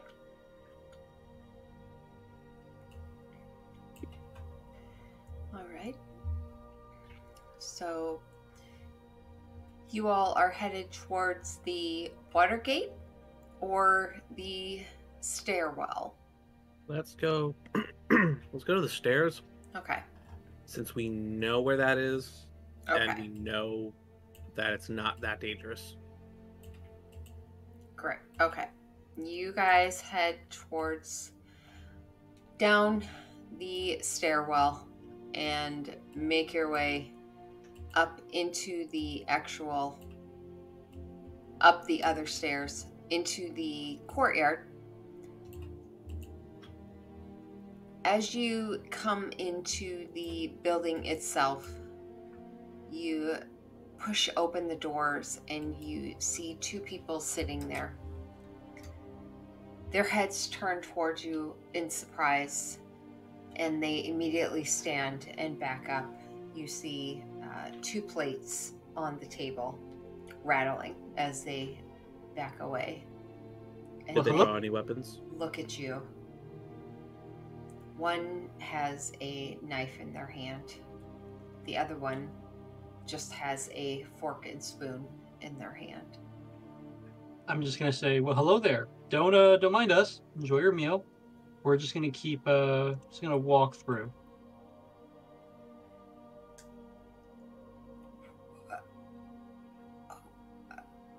You see We didn't the finish our business. one individual with the knife in their hand, eyes wide as they back around the table towards the other individual and kind of put an arm across them and push them back behind them. I'm just gonna. We mean you no harm. I put my daggers away. These look like they have on the robes like we saw in Red Larch, or are these more like the commoners we saw when we were here last time? More like the commoners. Okay. Yeah, he's just gonna. They their eyes are zeroed in as you guys pass by. The individual behind the one with the knife, the one with the fork and the spoon, is, you can see them like visibly shaking as they kind of, their eyes, you see them just over the shoulder of the other individual. Bravery is commendable, but oftentimes you should run when faced against an enemy that is stronger than you. Sit down and eat. We're not here to harm you. We are not your enemy, but keep that in mind. Animals flee for a reason. The one with the knife just kind of looks back at the other and gives a small nod and pulls them in a bit and watches you, the knife kind of held out, just kind of tracking you as you pass by.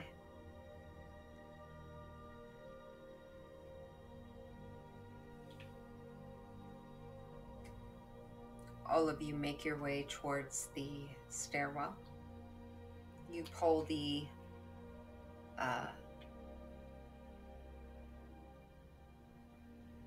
shit. What's it called? Tapestry? Tapestry. Thank you. Pull the large tapestry back and find the doorway. You pull it, push it open, and make your way in, and are able to make your way to the stairwell and down.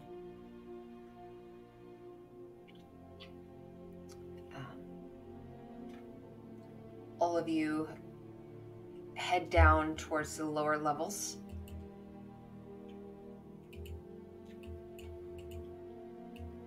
And you meet no resistance when you make your way down towards the boat landing where you had found your boats previously.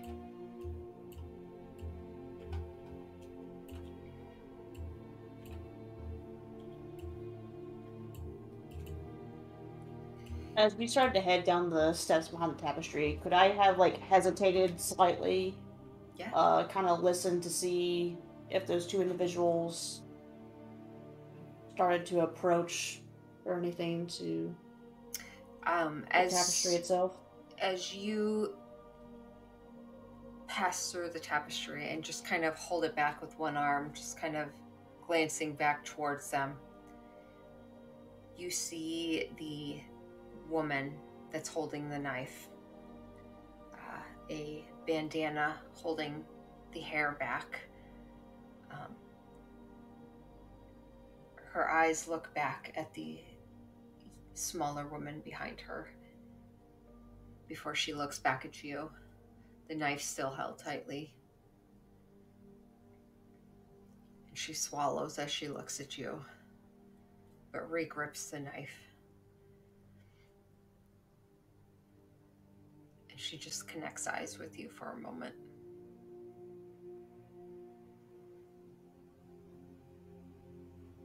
Just give a slight nod and close the tapestry and start walking down.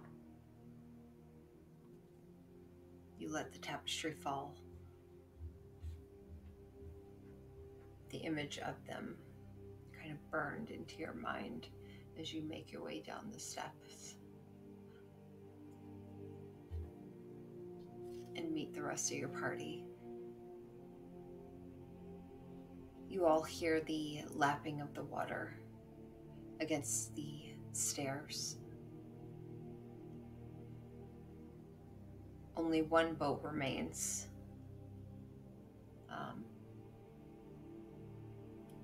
Where you had tied it off previously. The other boat having been lost. And only one oar remains within the boat. But I don't think that'll be a problem for your group. Who wants to take this part easy? Who wants to what now? Who wants to take this part easily?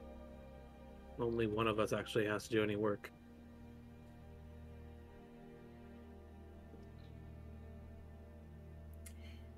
I can do that. I think that's...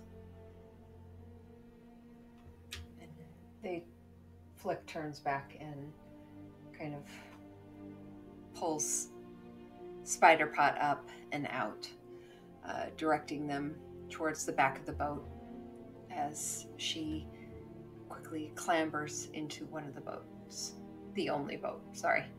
Oh, and well. If Spider-Pot's gonna be a propeller, then none of us actually have to work hard or be in danger. yes, we can all keep our eyes on the water. Or, I'm gonna go over to the boat. Since before we said this works, while standing in the middle of the boat, cast Rope Trick to have the extra dimensional space be anchored right above the boat. So wherever the boat goes, space goes. We can all be safe in it. You said this worked last time when we were escaping, so it works this time. I forgot we did that last time. Yeah. In boat, Rope Trick, and how many people can be? Up to 8 medium or smaller creatures can be in my extra dimensional space at once. So we're just like in the clubhouse above the boat while Spider-Pot like sends an empty boat. Yep, and we can look down in it. Wait, what the heck is this? I was not there for that.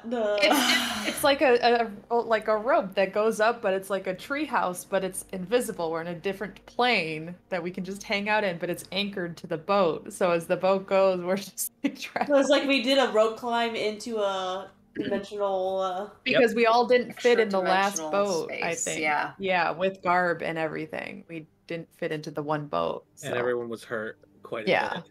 What's it called? Rope Trick. It's a Gloomstalker spell. Okay. Interesting. Okay.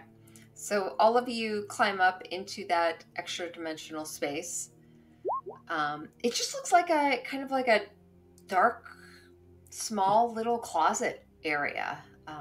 Not a lot of room to move around, especially with all of you in there.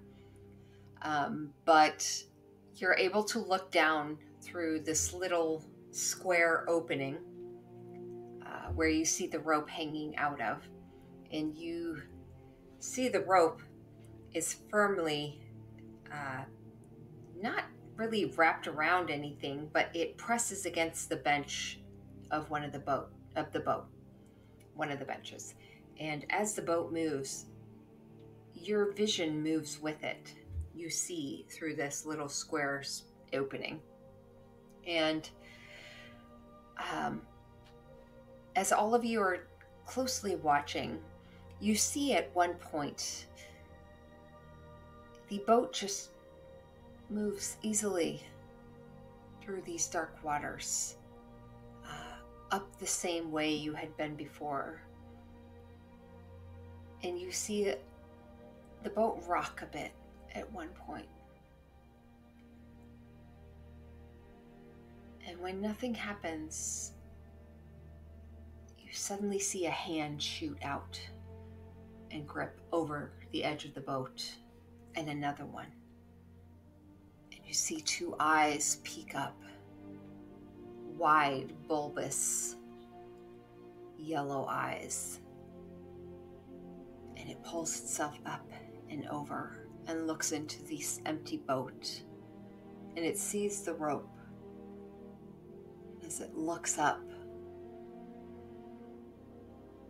can anyone see into that dimension, even if you're Nope. looking out? One-way glass. It looks up and sees this rope just up from the boat into midair, not doing anything. And you see a leg come up out of the water and creep over the side of the boat.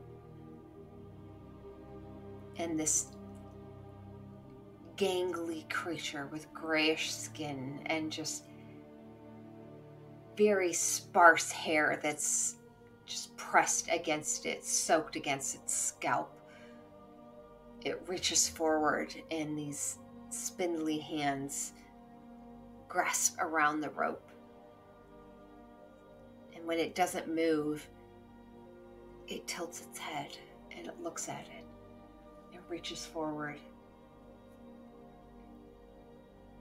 and it gives the rope a shake. But the rope doesn't move much. All of you in your area, you feel the vibrations coming up the rope a bit in your space. You feel it just this almost shimmer. You want to pull the rope up? And you see the creature come forward. The bony back, the spine that almost like comes up out of its skin as it sniffs the rope.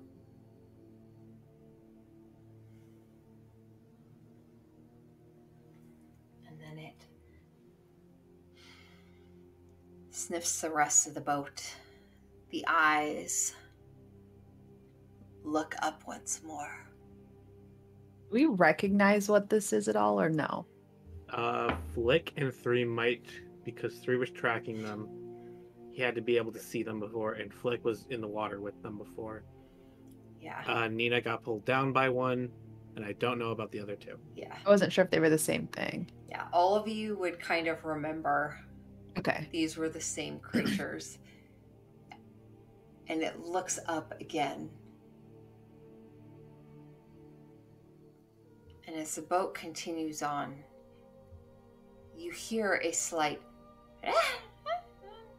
which echoes off the walls. Not from that creature, but from something else. Before you hear a low growl.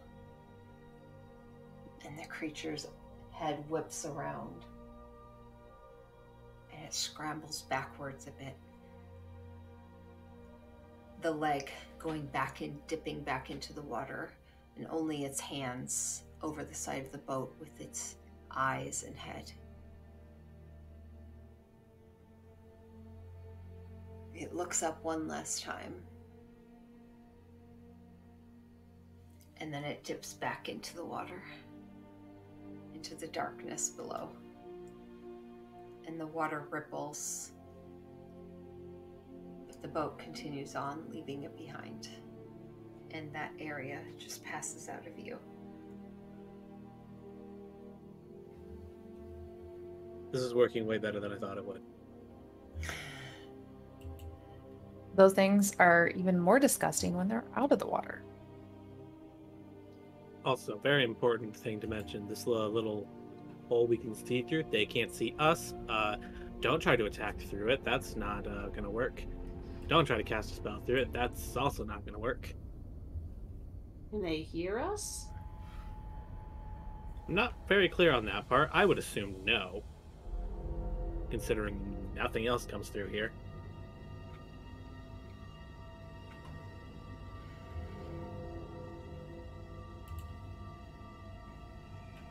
You all watch the dark waters pass around your small little square of view of the boat and the water around it. And it's pretty much darkness as you go through. Until you come to the familiar opening that you had seen previously. Hold on. Let me get Garb out of here because he's no longer here. Gotta fix our HP again. Yep. You can do it yourself if you click on your token. Yeah. Sorry. No, you're good. Just letting people know. Oops.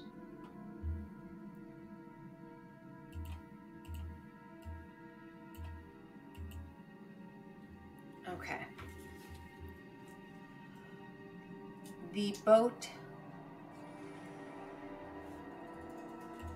you start to see the opening and you see some light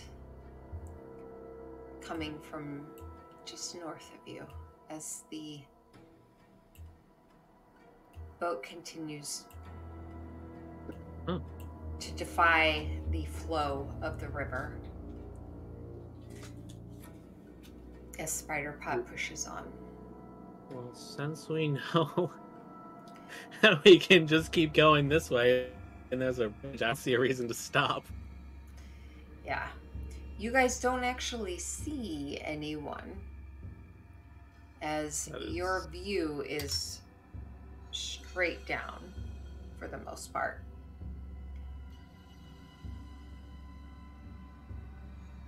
Based on the time it took us to get here, though, we can kind of assume that we're getting nearer to the cliff or the ledge, right? The key. Yes. Okay. Yeah. As the boat continues to move against the current of the river, thanks to Spiderpot, you just briefly, just along this edge, you see where some water is kind of pressing this way, as if you're just passing along a bank. And you see the slight corner. We want to try and go here? Or do we want to go farther upstream? Well, we know we collapsed the one route, so... There should be a bridge. Me and Flick, when we fell into the water off the bridge, we ended up coming over here.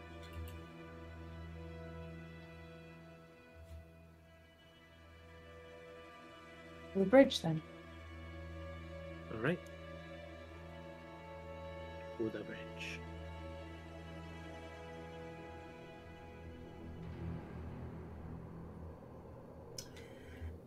As you guys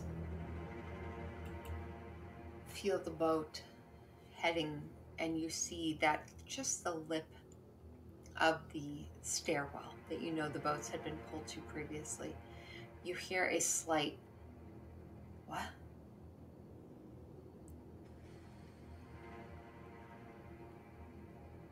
Anyone else see this boat coming by?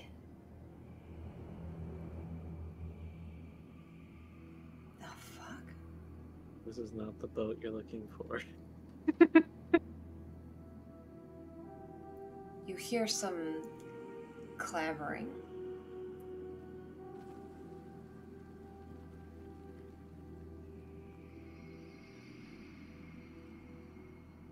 There's no one in there.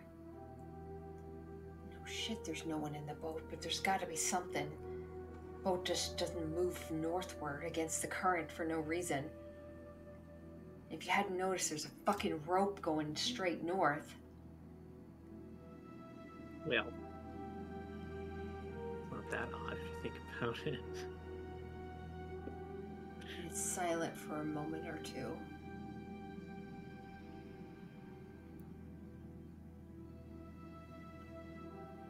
I see something at the back of the boat. No, you don't. And you hear what sounds like something stretching. Is it the sound of a bow? And immediately you hear a thump. Yeah, that's the sound of a bow. Flick Spiderpot might be getting shot at.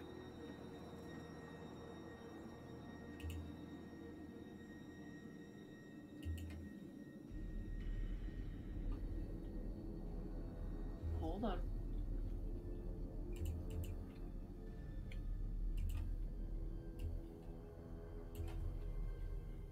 Spiderpot? Spotpot. Does whatever a Spiderpot does. Can he swing from a web? No, he can't. He's a pot. You see something dart through your vision of this opening that you're looking down out through. But you don't hear anything otherwise, other than a small chuckle. Really? It's literally moving at a snail's pace. What the fuck are they paying you for anyways? Shut the fuck up. Oh, he missed. And you hear another stretching of something. Maybe we should get off here. I would rather not have Spiderpot be hit with an arrow.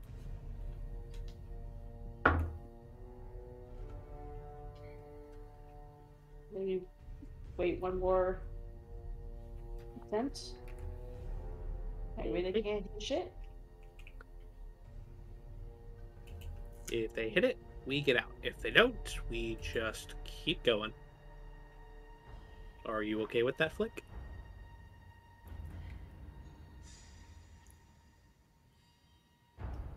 This is kind of Flick's decision.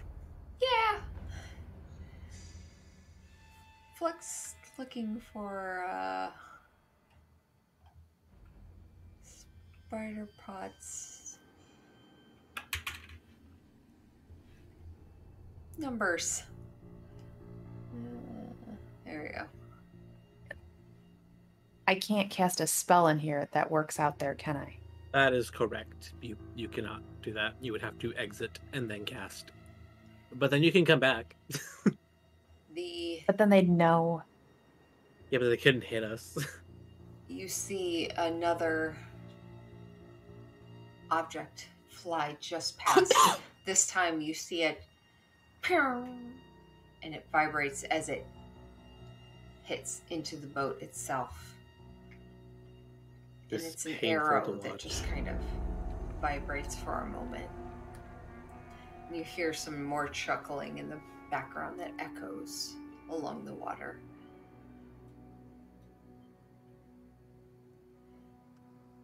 Well, this is clearly not a shipment.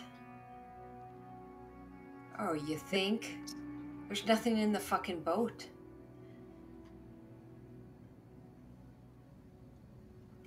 Both of you, shut your mouths.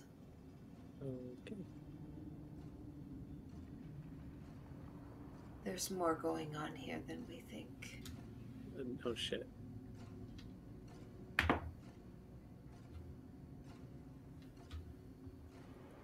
Have we made it further up the river in a direction? You guys have slowly glided your way. Just a little north more. Spider-Pod was uncertain exactly where to go, and you hear Flick kind of whisper to all of you. We never really discussed, do we want to go north? Do we want to go west? We've been north, we've not gone west. That is very true. That's not a me decision, that's an everyone decision. And they look at the rest of you. This might be a quick decision we need to make. West. Okay. Liam? West. Okay, we're going west. West it is. And Flick just kind of leans down and you hear them say some words. You're not quite sure what they are exactly. Unless any of you speak Dwarvish. Nope. Okay. You I speak hear of the elves. a single word come out of their mouth. And the boat starts to turn.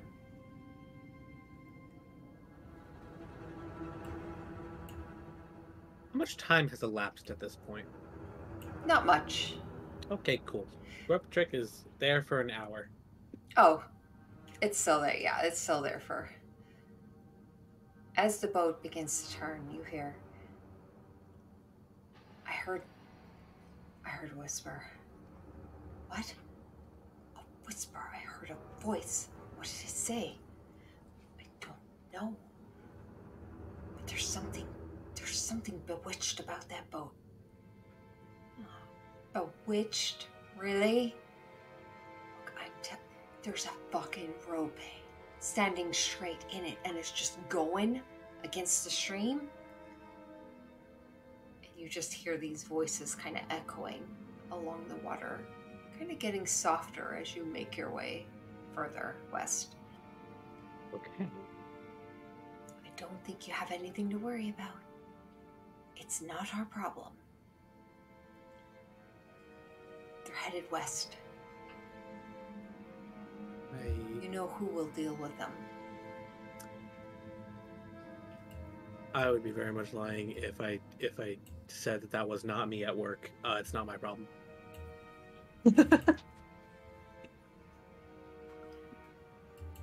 And the boat continues to drift. Did we hear them say, "You know who will deal with them"? Yes. Okay. Well, Softly, just on promise. the edges. What's okay? Everyone, let's pull our brains together. What is this way? Water. Darkness. We did kind of make our way this way when we ran into Flick's mom, right? Rain? With bronze fume? Is the lake this way? Question, DM. Is there any light on the boat? I get out. I'm invisible.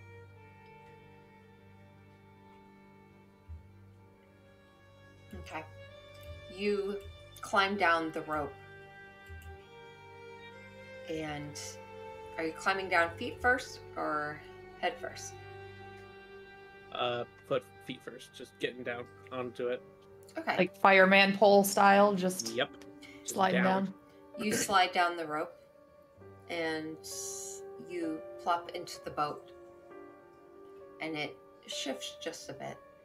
You hear the water gently lapping against it as it just tipples a bit.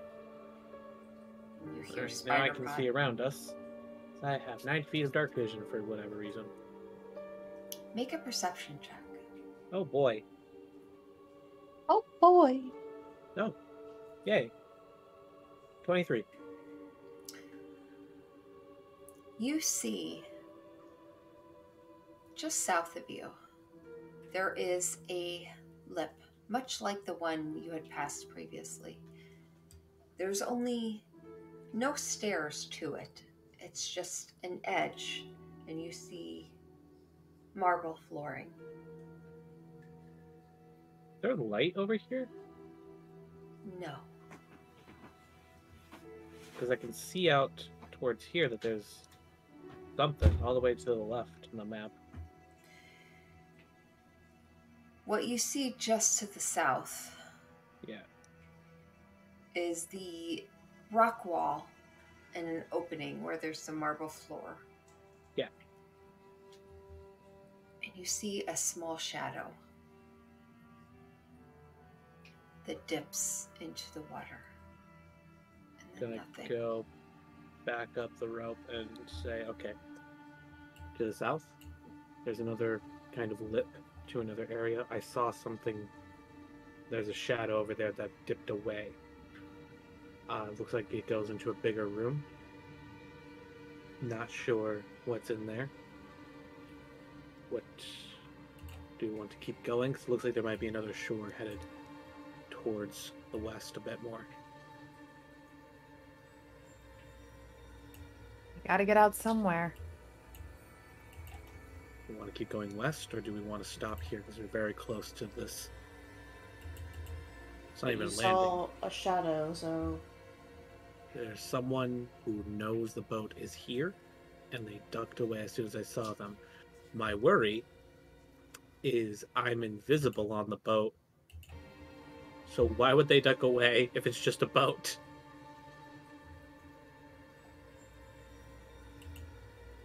maybe. Well, I'm getting antsy up here. How far away is the shore if we go west? Because I just want to get out and start buying some things. I don't know, a few minutes. But the shore with the shadow is like right here. All right, that's my vote. Shore with shadow. Okay. Anyone else? Any other votes? Possibly one that's more sane. You were the one who suggested it. Well, I gave you the options, hoping you would choose the one that didn't have the shadow. We are here to kill things, are we not? That is correct. However, Let's go! okay, all right, that's 2 votes. Fine. Anyone want to possibly vote otherwise? I'm indifferent. I just- Okay, all right, fine. So go back down and pick up the oar, and just turn us towards the south landing. area, cliff thing. Okay.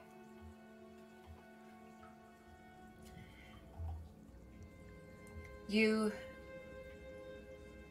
give the direction, and Fleck pokes their head out and gives a small whisper towards Spiderpot. And the boat, the back end, starts to turn, and you see it start heading backwards towards the landing. And as it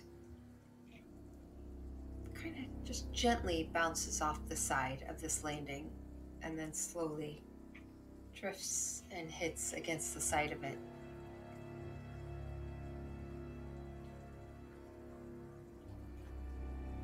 it just sits against the side of the marble. Okay. Back up into the space, which I'm just assuming has enough light for them to see me. There's no description of the extra dimensional space, but I feel like there's light. There's some grass. Comfortable. Just come on Your up in rope there. trick, it's whatever your clubhouse looks like. Fuck yeah, the tree house. Gonna go back up. Okay, we are at the landing. You can come down the rope if you want, or stay up here. Can they see us on the previous landing? The boat stopped? Like that's my 60 feet of dark vision to there. Well, have you ever tried to look at a slightly dim area when there's a light right next to your eyes? Yes. You can't fucking see shit. That makes sense. You're not sure. You're not Okay. sure if the voices can see you or not. Every now and then you hear a slight whisper and an echo Okay. across the water. I assume we're now, like, here. Yeah. Yep. You guys are all against the... Oh. Sorry. Oh, I'm in a wall. I don't even know where I went. I think you went on top of... Fatality. If it helps, I've also got dark vision. Nina absolutely just will climb out after 3 then. Okay. Assuming 3 goes down first. But I've got dark Yeah. vision 60 feet even. I have dark vision 90 feet. Oh. Vision. I'm still gone, DM. I don't know if my token is behind a wall. It disappeared. It disappeared. It's just fine. I'm pulling it back here. Sorry. No, that's not you. I have no idea what just happened. There's a cool thing you can do. And now I'm super tiny. There's a cool thing Okay, you can do, cool. DM, to have our characters in the journal, so you can just pull us on, and it keeps our dynamic lighting data, keeps our HP, keeps everything about us. That's something you gotta set up before a game, though. On the journal? Yep. Okay. So I recommend looking into that. After Yeah, I this need game. to add that because I've just been copying and pasting from the previous map.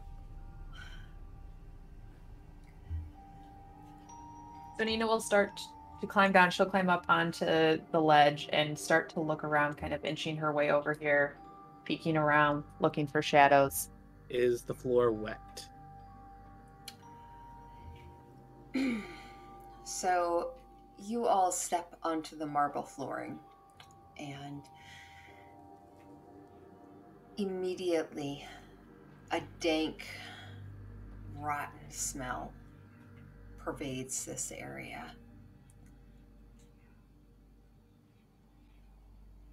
There is areas where you see small little pools of water just kind of filling dents in the water. But they seem fairly deep. Each of them about 3 feet wide. And the water, it stinks. As you kind of peer in, you see several large stones that lie on the floor near the pools. Each are wrapped several times by lengths of rope. A symbol painted on the southern wall. It's in the shape of an X, with the bottom limbs linked by a horizontal line. A symbol you've very much become familiar with. Is the ground wet? Is there like a layer of water on the ground, or is it... The ground is damp. Yes. So when I step, there is a splash. Not a splash, but it's damp. Okay. So there's a possibility that someone will find me based on the fact that I'm displacing water sometimes when I move. That's fun. But otherwise, there's no light in here? No light. Awesome. I will confidently enter the room. I will then realize no one can see me. Come back and tell the party I am now going to confidently enter the room.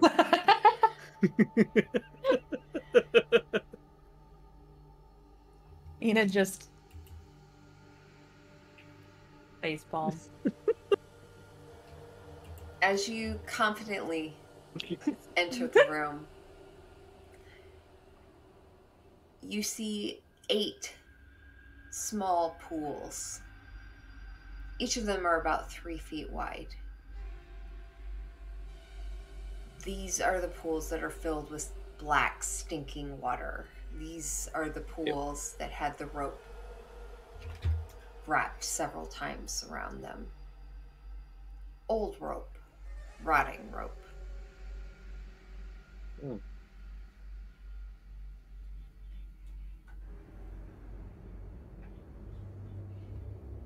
Okay, we're gonna not look there. What's in this part? At any point, Several guys can just tell me to shut up and stones. come in here. Just the smooth walls. It looked like it had once been a room. The wall looks to have crumbled a bit on the southern side. But you don't see anything otherwise. I'll just come up to Nina and say, there's some pools in here. Very black water. It doesn't smell good. I'm gonna just start walking in there too. Mm-hmm. Yeah, Nina's been at the corner waiting for 3 to confirm that there weren't any dangers. I don't see any enemies, just a bunch of rocks, 8 pools of water with black liquid in them. I haven't been to the other side of the room yet.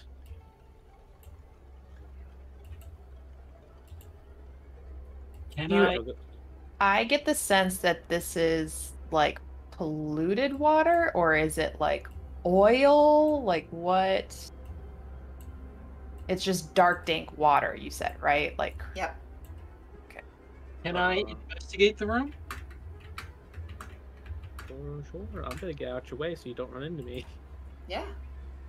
Yeah. Make an investigation check. Oh, I will.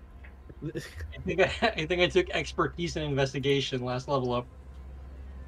That's why. Nina will also be spending some time looking around at the rope, at the things. Okay. I will make my way to the other side of the room to It's a 15. look at Sir. everything. It's a 13 on my end. Okay.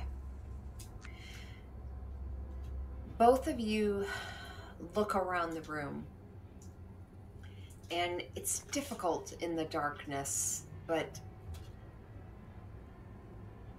you see splotches here and there, which dark spots along the ground,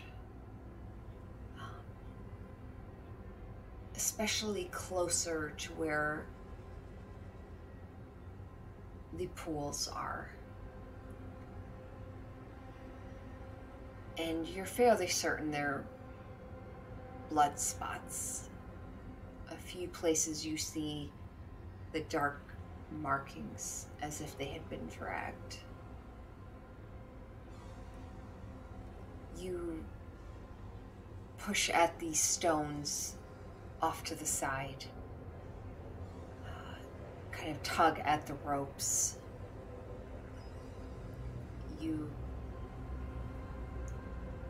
Liam, you pull at one of the ropes, and as you find it's loose, you pull it up and feel something dragging along it. Interesting. Well, let's see where this goes. Probably remember to move your tokens. I'm just gonna keep pulling. Okay. You pull the rope up, and as you get it up, you find a piece of cloth caught in a knot at the end of the rope. It's kind of a loose knot, like an open knot, but where the knot actually holds, there's a loop, and then where the knot is, that's where the cloth piece seems to have been caught in it.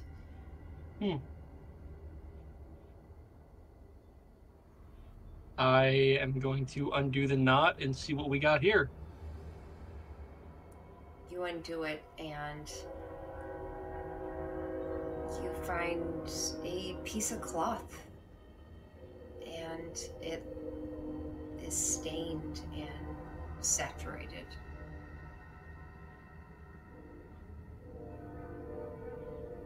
Do I know what it's stained with? Make an investigation check. Okay. Which of my dice here am I going to use? Can you use this one? Haven't used it yet. Hasn't betrayed me.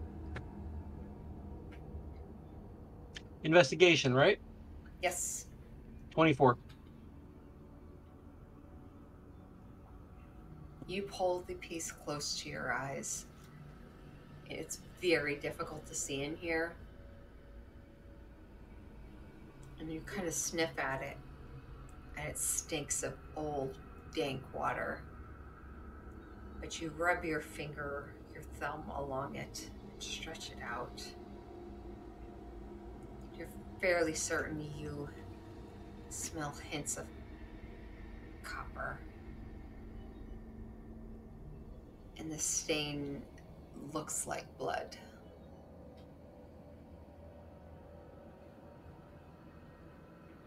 Hey.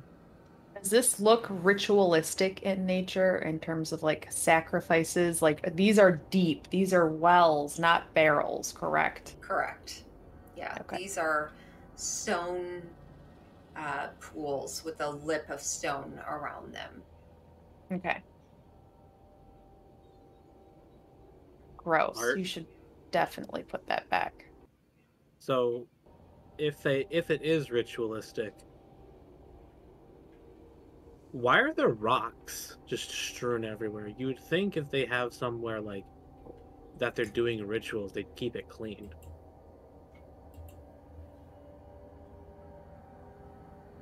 Maybe these are just the sacrifices. Maybe this is just where they keep people who, I don't know, drowning them, tossing them down there. Monsters can eat them from underneath the water. That sounds like something a cult would do, right? I'm gonna pick up a rock. How heavy is it? Make a strength check. Oh boy. I'm very happy I'm invisible. That was a nat 1. Oh my gosh. You go to pick it up and realize you're carrying quite a bit right now. And as you go to pick it up, it feels about 50 so-ish pounds, but you were not expecting it to be that heavy. Oh. And you mistakenly roll the boulder towards the edge of one of the pools, and it hits against it, and all of you hear this crack against the pool side. All the pools, the water in them shimmer a bit. I start backing up from where I had been in the center there. All of you hold your breath for a moment, listening. We don't admit to mistakes here. And then nothing.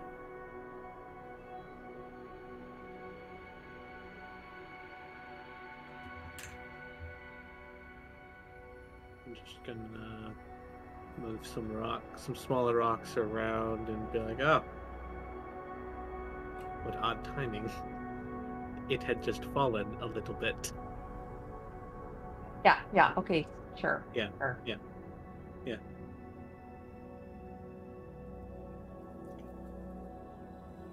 Liam, as you're holding the piece of cloth, the rope that had previously been tied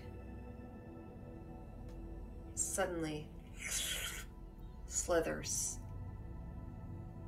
and drags back into the water. And pain vibrates as it goes taut, and you hear a twang. The water rumbles a bit and then goes serene once more.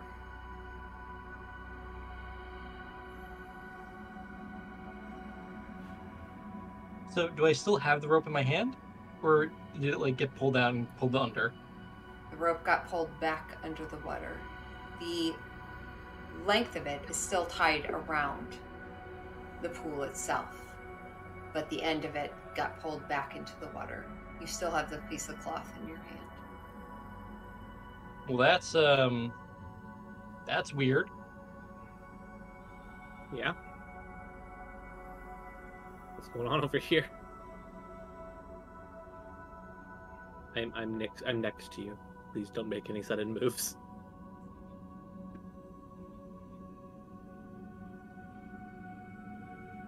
I'm gonna check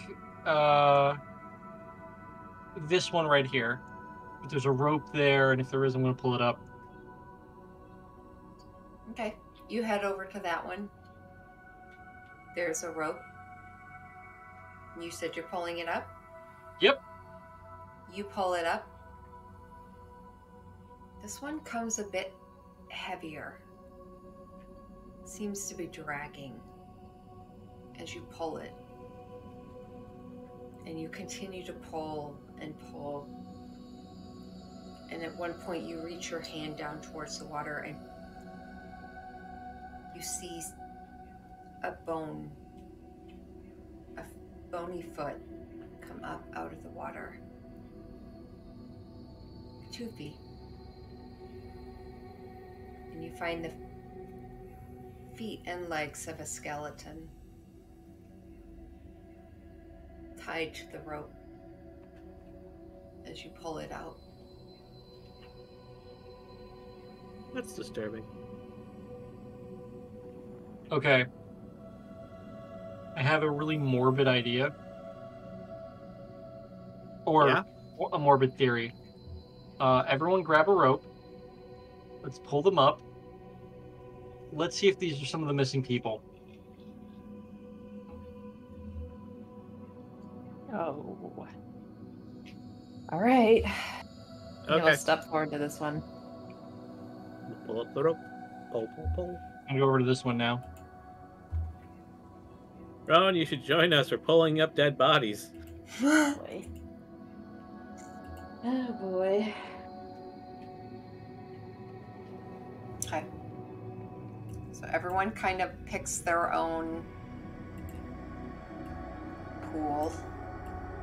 Flick will head to this middle one down here. Each of you pulls and pulls. The rest of you pull the ropes up, and you too find skeletons attached. The ropes wrapped around either a pair of bony hands or feet. And as you pull the skeletons out, Nina, yours pulls out quite easily. As the hands come out, the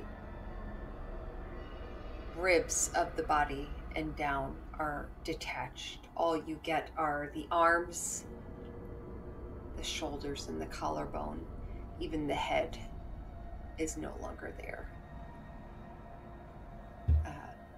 3, yours is feet and legs and hips.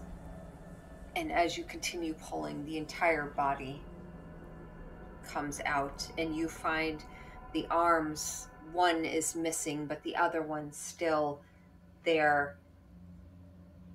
And as it comes up out of the water, another rope is attached to it.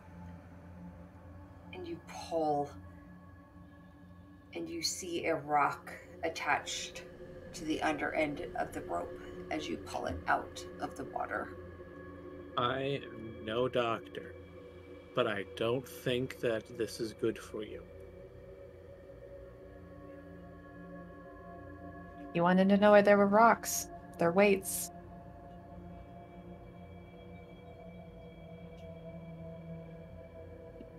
Is there any sort of like indicator that we would know who these were? Any sort of like clothes, items? I mean, I know they're skeletons now, but like, is there anything that we can use to figure out if these are any of the missing people? The sheriff or that bard who is very shifty and who we all hate? There's, at the very least, one piece of forensics we can do. I would like to roll nature to see if I can identify the gender based on hip bones and the ribs of them. Okay, clever. Okay, yeah, so you want to give it a good look over? Yeah. Okay, so yours is mostly pulled out, and you see the rock still sitting in the water, kind of weighing down just at the edge. And you look down at the body. Go ahead and make your nature check. I did, and I don't know if this will be enough. It's a 14. Okay. You look it over, and you notice there are some armor pieces on it. No metal pieces are left, but leather straps with buckles on them. The skeleton itself looks shorter, smaller, Gnome or halfling? more dwarvish size. Dwarf. So sturdy bones. And the leather buckles that still remain around one of the calves, or at least around the bone, it still has some slight rusting metal on it. But you're struggling to see anything other than just the rustedness of it. Rustedness. Because that's a word. I identified at least they were stout, so probably a dwarf. They've got a little bit of the leather from their armor still on them and some rusting metal. So these weren't just random people. They have armor, so that says something.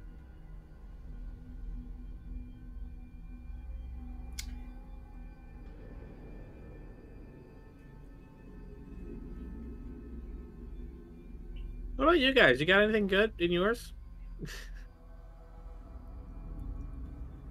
Maybe we can put these together. Like a puzzle. A person puzzle. A person puzzle. Mine's missing an arm. I've got legs. I've got an upper body. I don't think they belong to the same person. Not with that attitude. This feels a little fucked up. Yeah, what are we doing here, guys? I just wanted to just see what shadows, right? You said you saw something. Is there any place for it to go? You were over there looking around. I don't think I saw anything. So that means they went into the pool?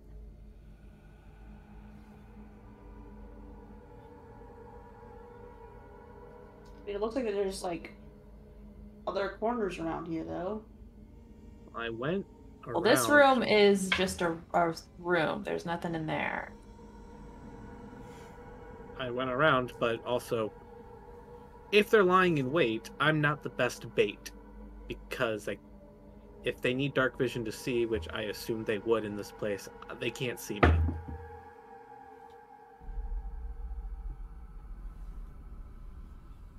What do we want?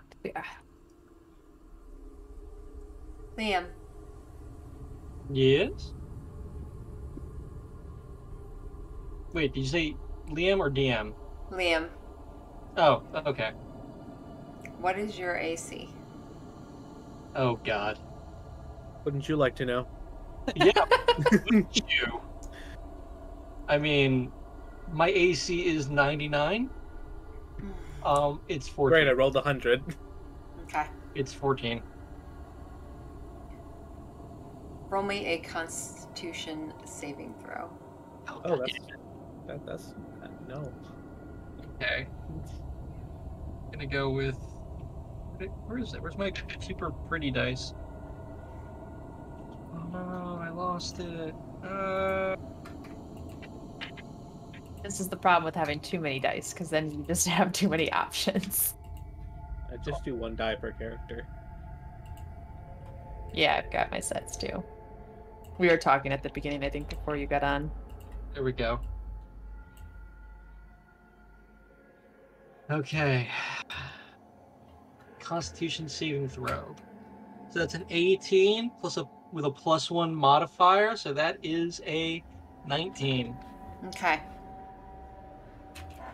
As you're standing there listening to 3 and watching Nina walk past you, you feel a sudden burning sensation against your chest as you have your arms linked against the stone just above the pool, kind of watching the two of them. And you look down and you see a face come up out of the water, this claws still held, and it looks at you, these big eyes and a mouth that just opens wide. Everyone roll initiative. Isn't that fucking thing from the water before? The thing we didn't kill. What do you mean we? What do you mean we? I killed 19. like 2 or 3 of them.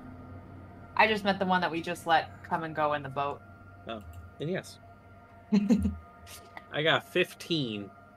Okay. Like total? Yeah. Ooh, I can do a nice little trick Or where I can force myself into the initiative order. I got a 24.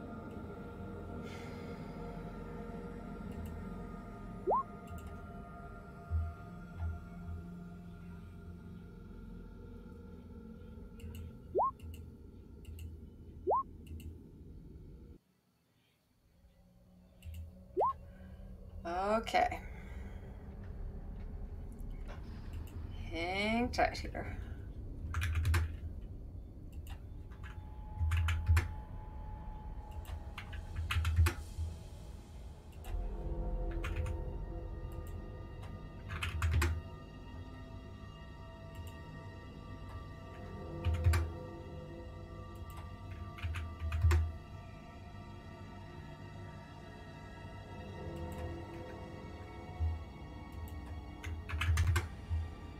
Okay. All of you should be on initiative order. I only see 3. Yeah. I also kind of just forced myself onto the turn order thing. Okay. All that. Let me see if I can fix that.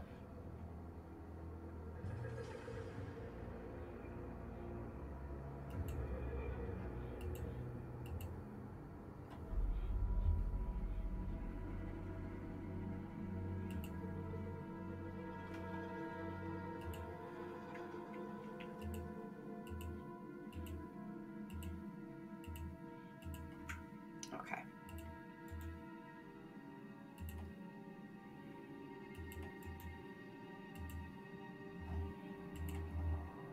I'm on there twice. Yay. Yeah, okay, let's get rid of one of you. Can you Bye, guys see yours 3. now? Yes. Yep. Okay.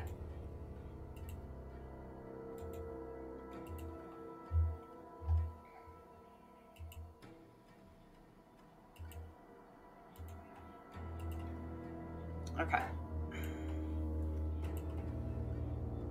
Okay, if everyone wants to, are you able to add your initiative?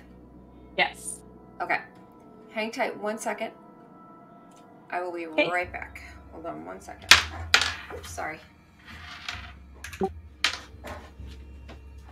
Yo, this first turn's gonna be awesome. 3's first turns are always awesome. It's But gonna I'm be great. excited I'm to see what you have invisible. there. Yeah. I have advantage on everything. Pew pew pew pew pew.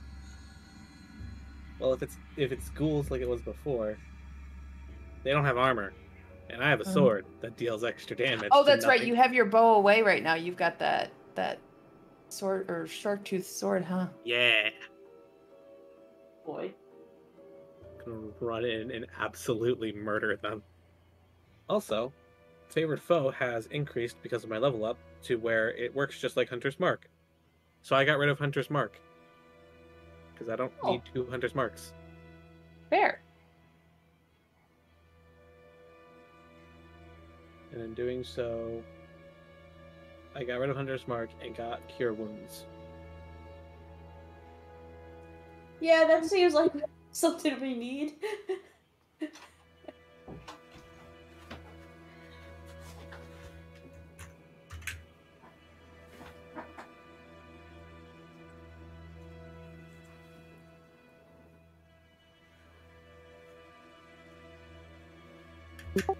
So sorry. Or there's No just problem. a chance Okay. that Liam's going to absolutely murder this thing because sneak attack. Mm-hmm.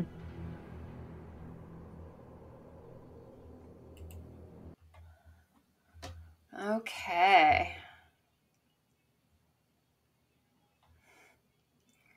So turn. Nope. Nope. There we go.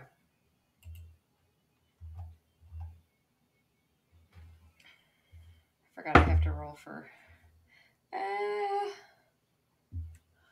Oh man, this is gonna be rough playing for Flick. Okay. Do we wanna pause it there for next session? Or I mean, how far?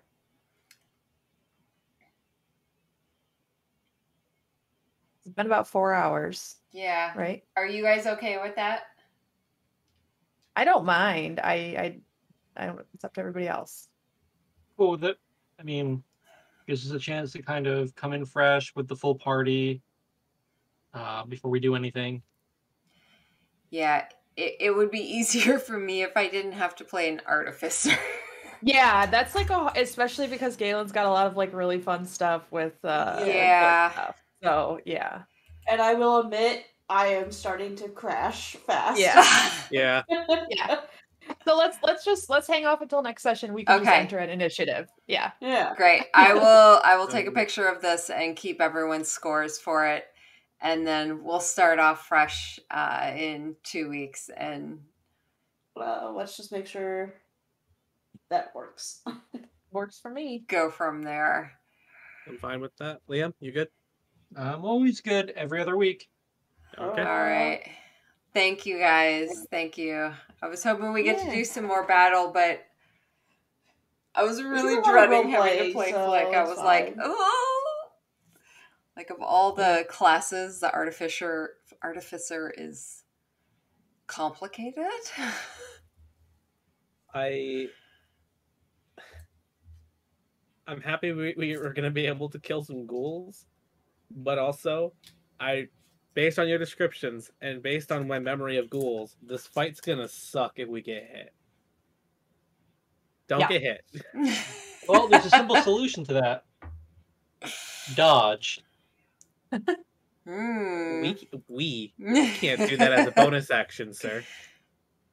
Well, Looks like someone should have picked a different class then. It's fine. I'll kill them before they have a chance. I'm so glad you guys came back to the Riverguard Keep. I'm just saying. It's DM's got some plans. gonna be a bloodbath. Nah. This is like one of those things that's like, we are going to finish this off. And Yeah. like we have to this time. Like we can't leave and come back because it's just gonna happen all over again.